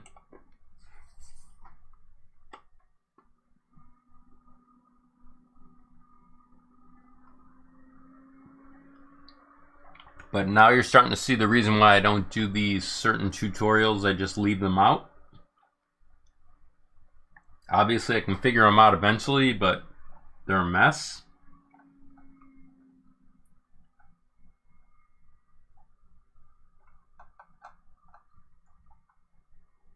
So this one we're probably gonna have to go look up the wiki for it.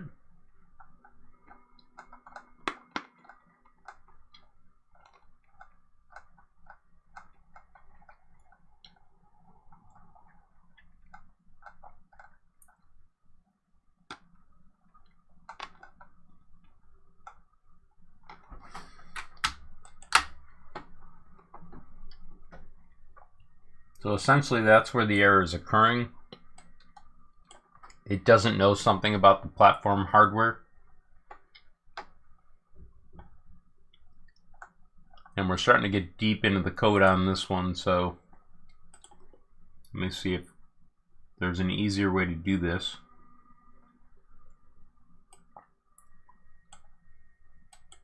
So let's look at the chip on the board again.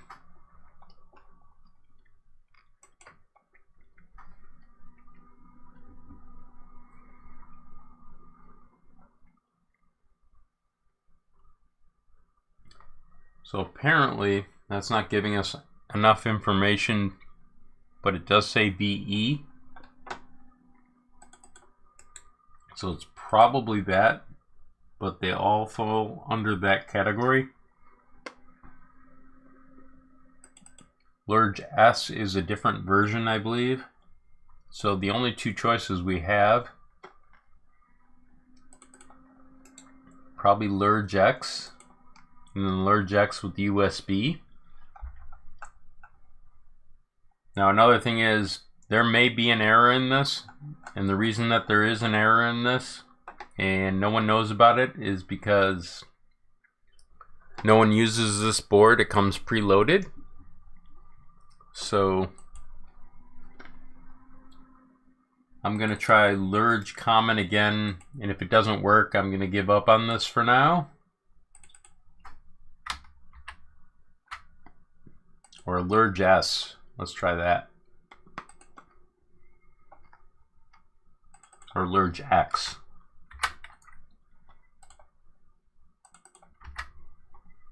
Let's try this. So clean.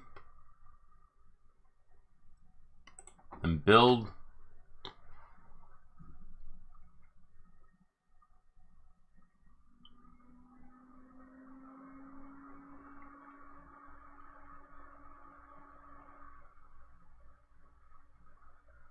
And it failed.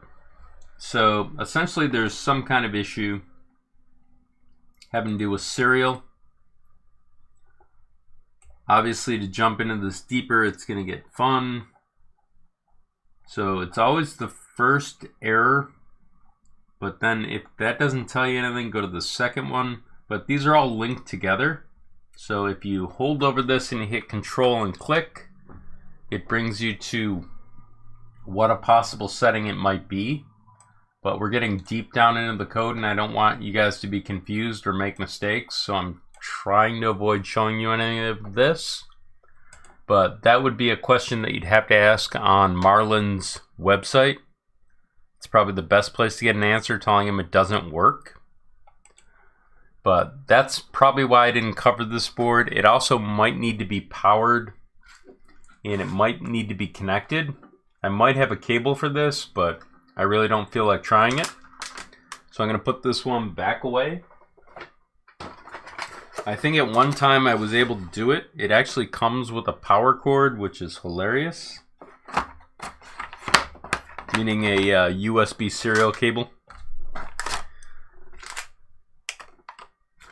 So, and it comes with a little stylus, which apparently makes it out of date.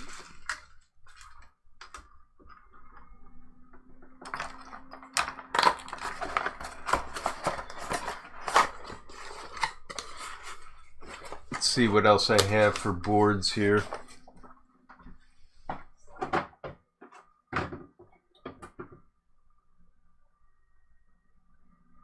Thought I had a Ramps 1.0 someplace.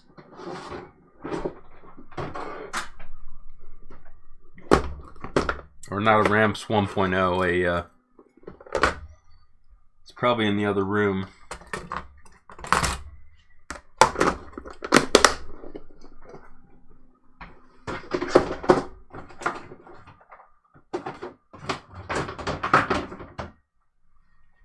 Let me see if I can go grab that.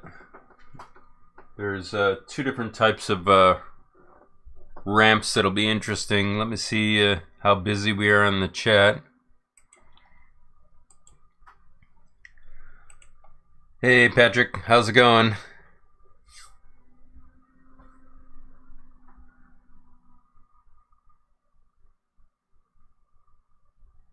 Okay, let me see if I can find the 32-bit ARM.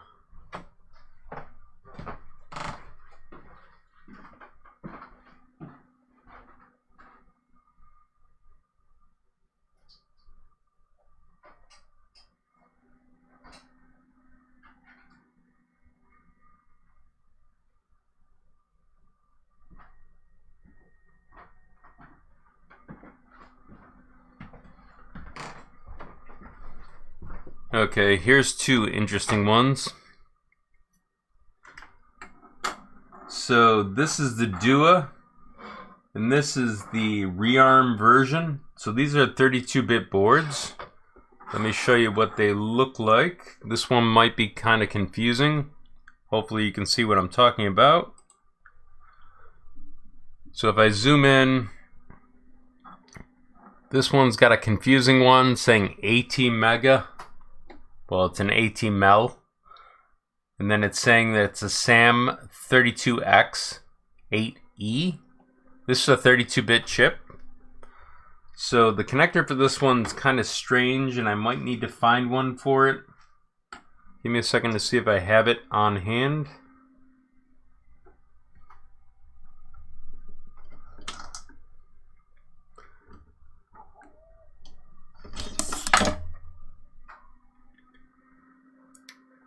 Okay, I do have a connector. I'm gonna have to bolt this down on the board with a little bit of putty. And this takes a Ramps board. Usually it's the newer boards, but it's got the same pinouts. So essentially we can try and load directly to it. So let me lock that down and zoom out so you can see. So here's the Dua board, and the board that usually goes into it is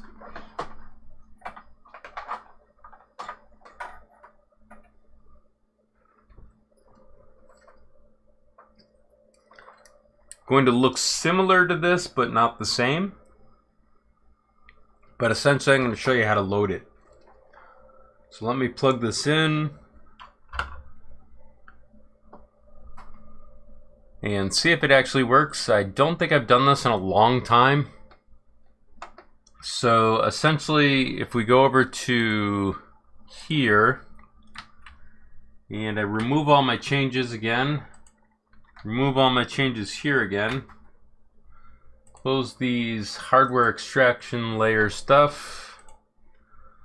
So for this one, you're gonna have to do the same process that I showed you before. So let me minimize some stuff here real quick.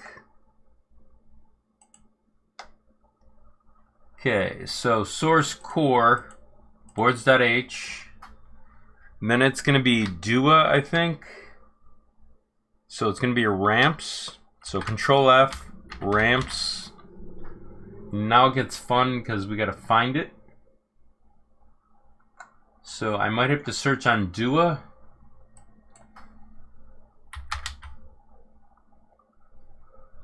So there's BAM's Dua. There's 21 references, so here it is, right here. So that's the board type probably. EFB is extruder fan bed, thus the ramps configuration. So we're going to copy that, go to configuration.h, paste it. Now I think we have to change this to -1, but I could be wrong, it might be 0. And then we have to find the Dua up in here. So if we go into this folder, there's a Dua. Now we got to find the ramps version of it, which I don't think we're going to find. So my guess is it's that. This I used to do in the actual IDE for Arduino, but it's been forever and a day since I've done a tutorial on it. So let's see if this works. This is a different IDE, so it's going to be different. So I'm going to do a clean. Then I'm going to do a check mark just to see if I can build it. So it's pulling down something for the build environment possibly.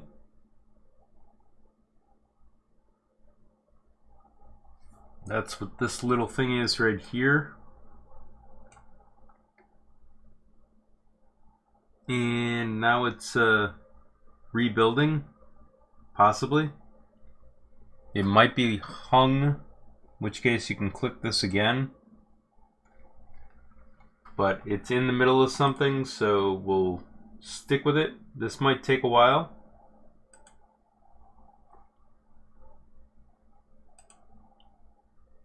There it goes. So it's doing a download automatically via Platform IO for the setup for this. And hopefully it won't crash when it's building. So that's why you're seeing this Arduino framework. It means I've never actually built it in this environment.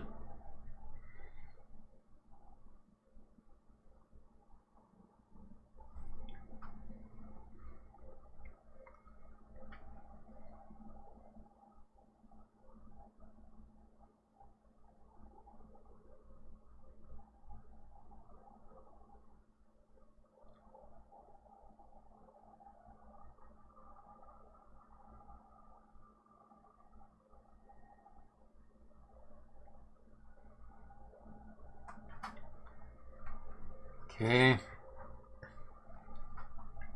Now it's unpacking it automatically. And now it's going to probably start to build it. And it's got issues. So, find the very first issue.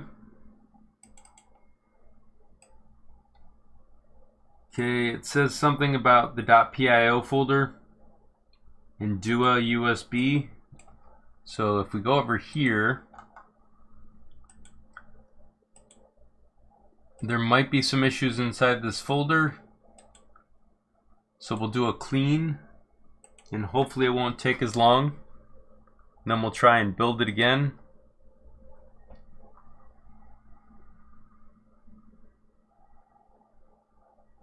And if it fails again, then it's possibly a setting with the default environment.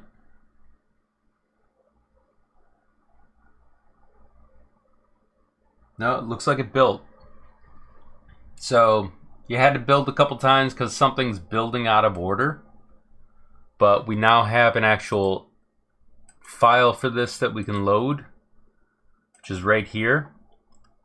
Or we could try and upload it to the actual board and see if it works. This one might do it. Looks like it is. So that's essentially how you load that board.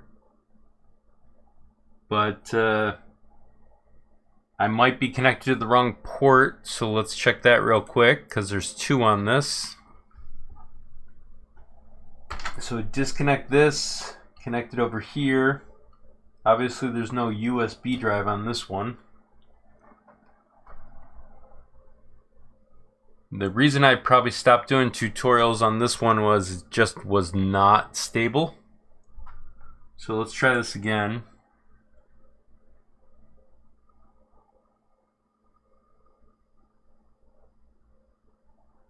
Yeah. So this board might be blown, I'm not sure. Or I'm setting it up wrong. I have to actually research which port I'm connected to, but I think one of the two is specific for loading on this. So let's double check the environment real quick and see if I got that right. So we've got USB, we've got DUA. So let's try DUA.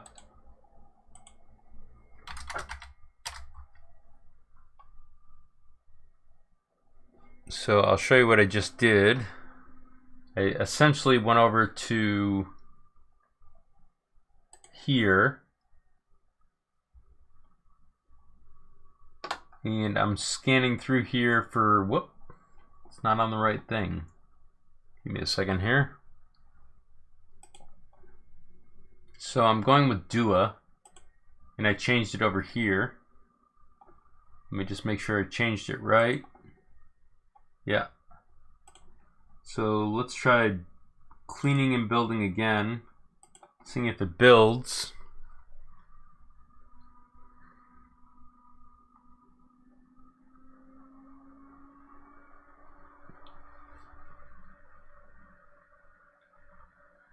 So it looks like it's gonna possibly build.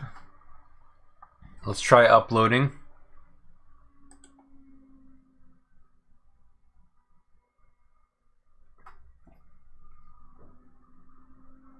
Whoop, clicked the wrong button possibly.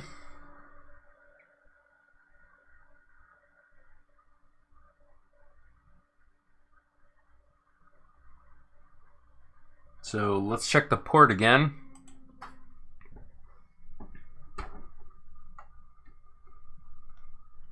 Let's try this.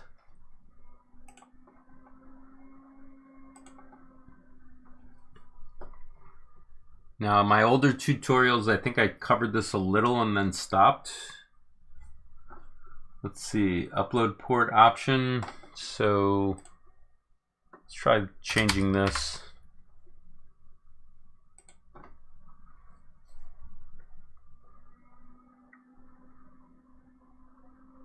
This might be functioning like an in-between between the 8-bit and the 32-bit, so that's why I changed that number.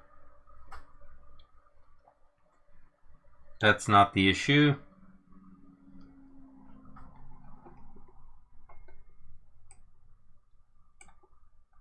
So this one is probably going to be best done in the IDE for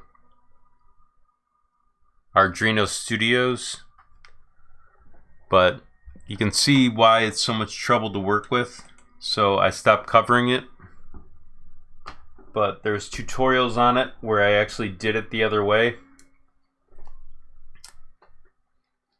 but doing these live can be fun if I don't work out all the pieces before I start. So the last board that I'm going to do today, I guess, is going to be the rearm.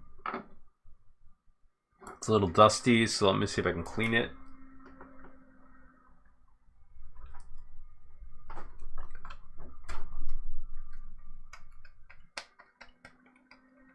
Okay, this is a 32-bit board again. Let me zoom in on this so you can see the chip. So it's an LPC 1768. Now you might start to see a pattern of what I'm doing. I'm just showing you how to analyze what you're working with. Also give you an understanding why I don't work with certain stuff anymore, because it might be confusing to people. But this one we probably can get away with doing. So I need to find the port for this for USB. Give me a second to see if I have that cable.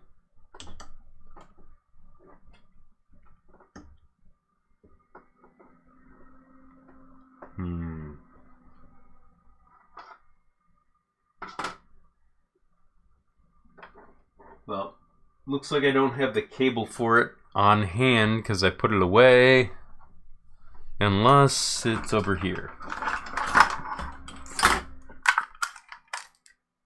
Nope.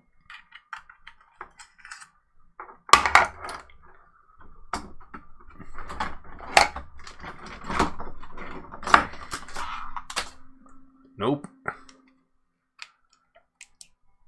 Okay, well, I'll show you how to build it real quick, but this one you're gonna do like the newer boards for the SKR, where you're gonna load it through here and then power it. The power is actually gonna be either through here, USB, or the board on top. And you can't see what I'm talking about. Sorry. To load it, you can do it through the drive down here, through the barrel connector over here, or the USB power. But this one should be simple, but let's see if we can find it. So this one, we're gonna have to go over to the, hang on, let me bring it up. For here, we're gonna go to source, core, boards.h. It's not the DUA, it's the LPC. So let's search on LPC 1768. Here is probably the board because it says rearm and we're in the category. So copy that. Change the board type. This one's probably going to be -1. And then over here, it's going to be LPC 1769. And that's only because I have it memorized, but I'll show you how I know. So you're going to find the LPC 17X, and you only have a couple of options, being 1768 and 1769. So we're going to do a clean. Then we're going to do a build. And for those that are tipping and I can't see it right now, thank you very much. I'll check on the chat in a second. Yeah, it's kind of early there. I guess you're on the west coast of the Americas. Okay, this built already. You're going to pluck it out of here. So LPC 1768. Then in here, you're going to find the bin file, right click, reveal in File Explorer, and that's your build.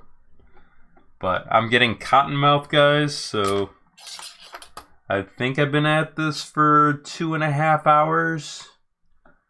And I'm grateful that you guys all showed up. Remember to like, subscribe, and hit that like button. And anybody that's been tipping and I haven't been seeing it, I am grateful. It's just I can't see it in the particular mode that I'm in. And remember, there's a Discord chat, which I'll show you real quick. If you've got questions, there's someone that usually has an answer in Discord. There's lots of conversations. There's different rooms. There's general open chat. There's Clipper. There's a BL Touch room. There's a lot of knowledgeable people in the general chat that you can find that can answer questions.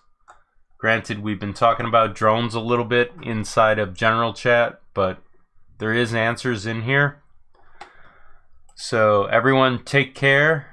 Have a nice day. Be safe. Get vaccinated. Wear a mask. And I'll catch up with you later.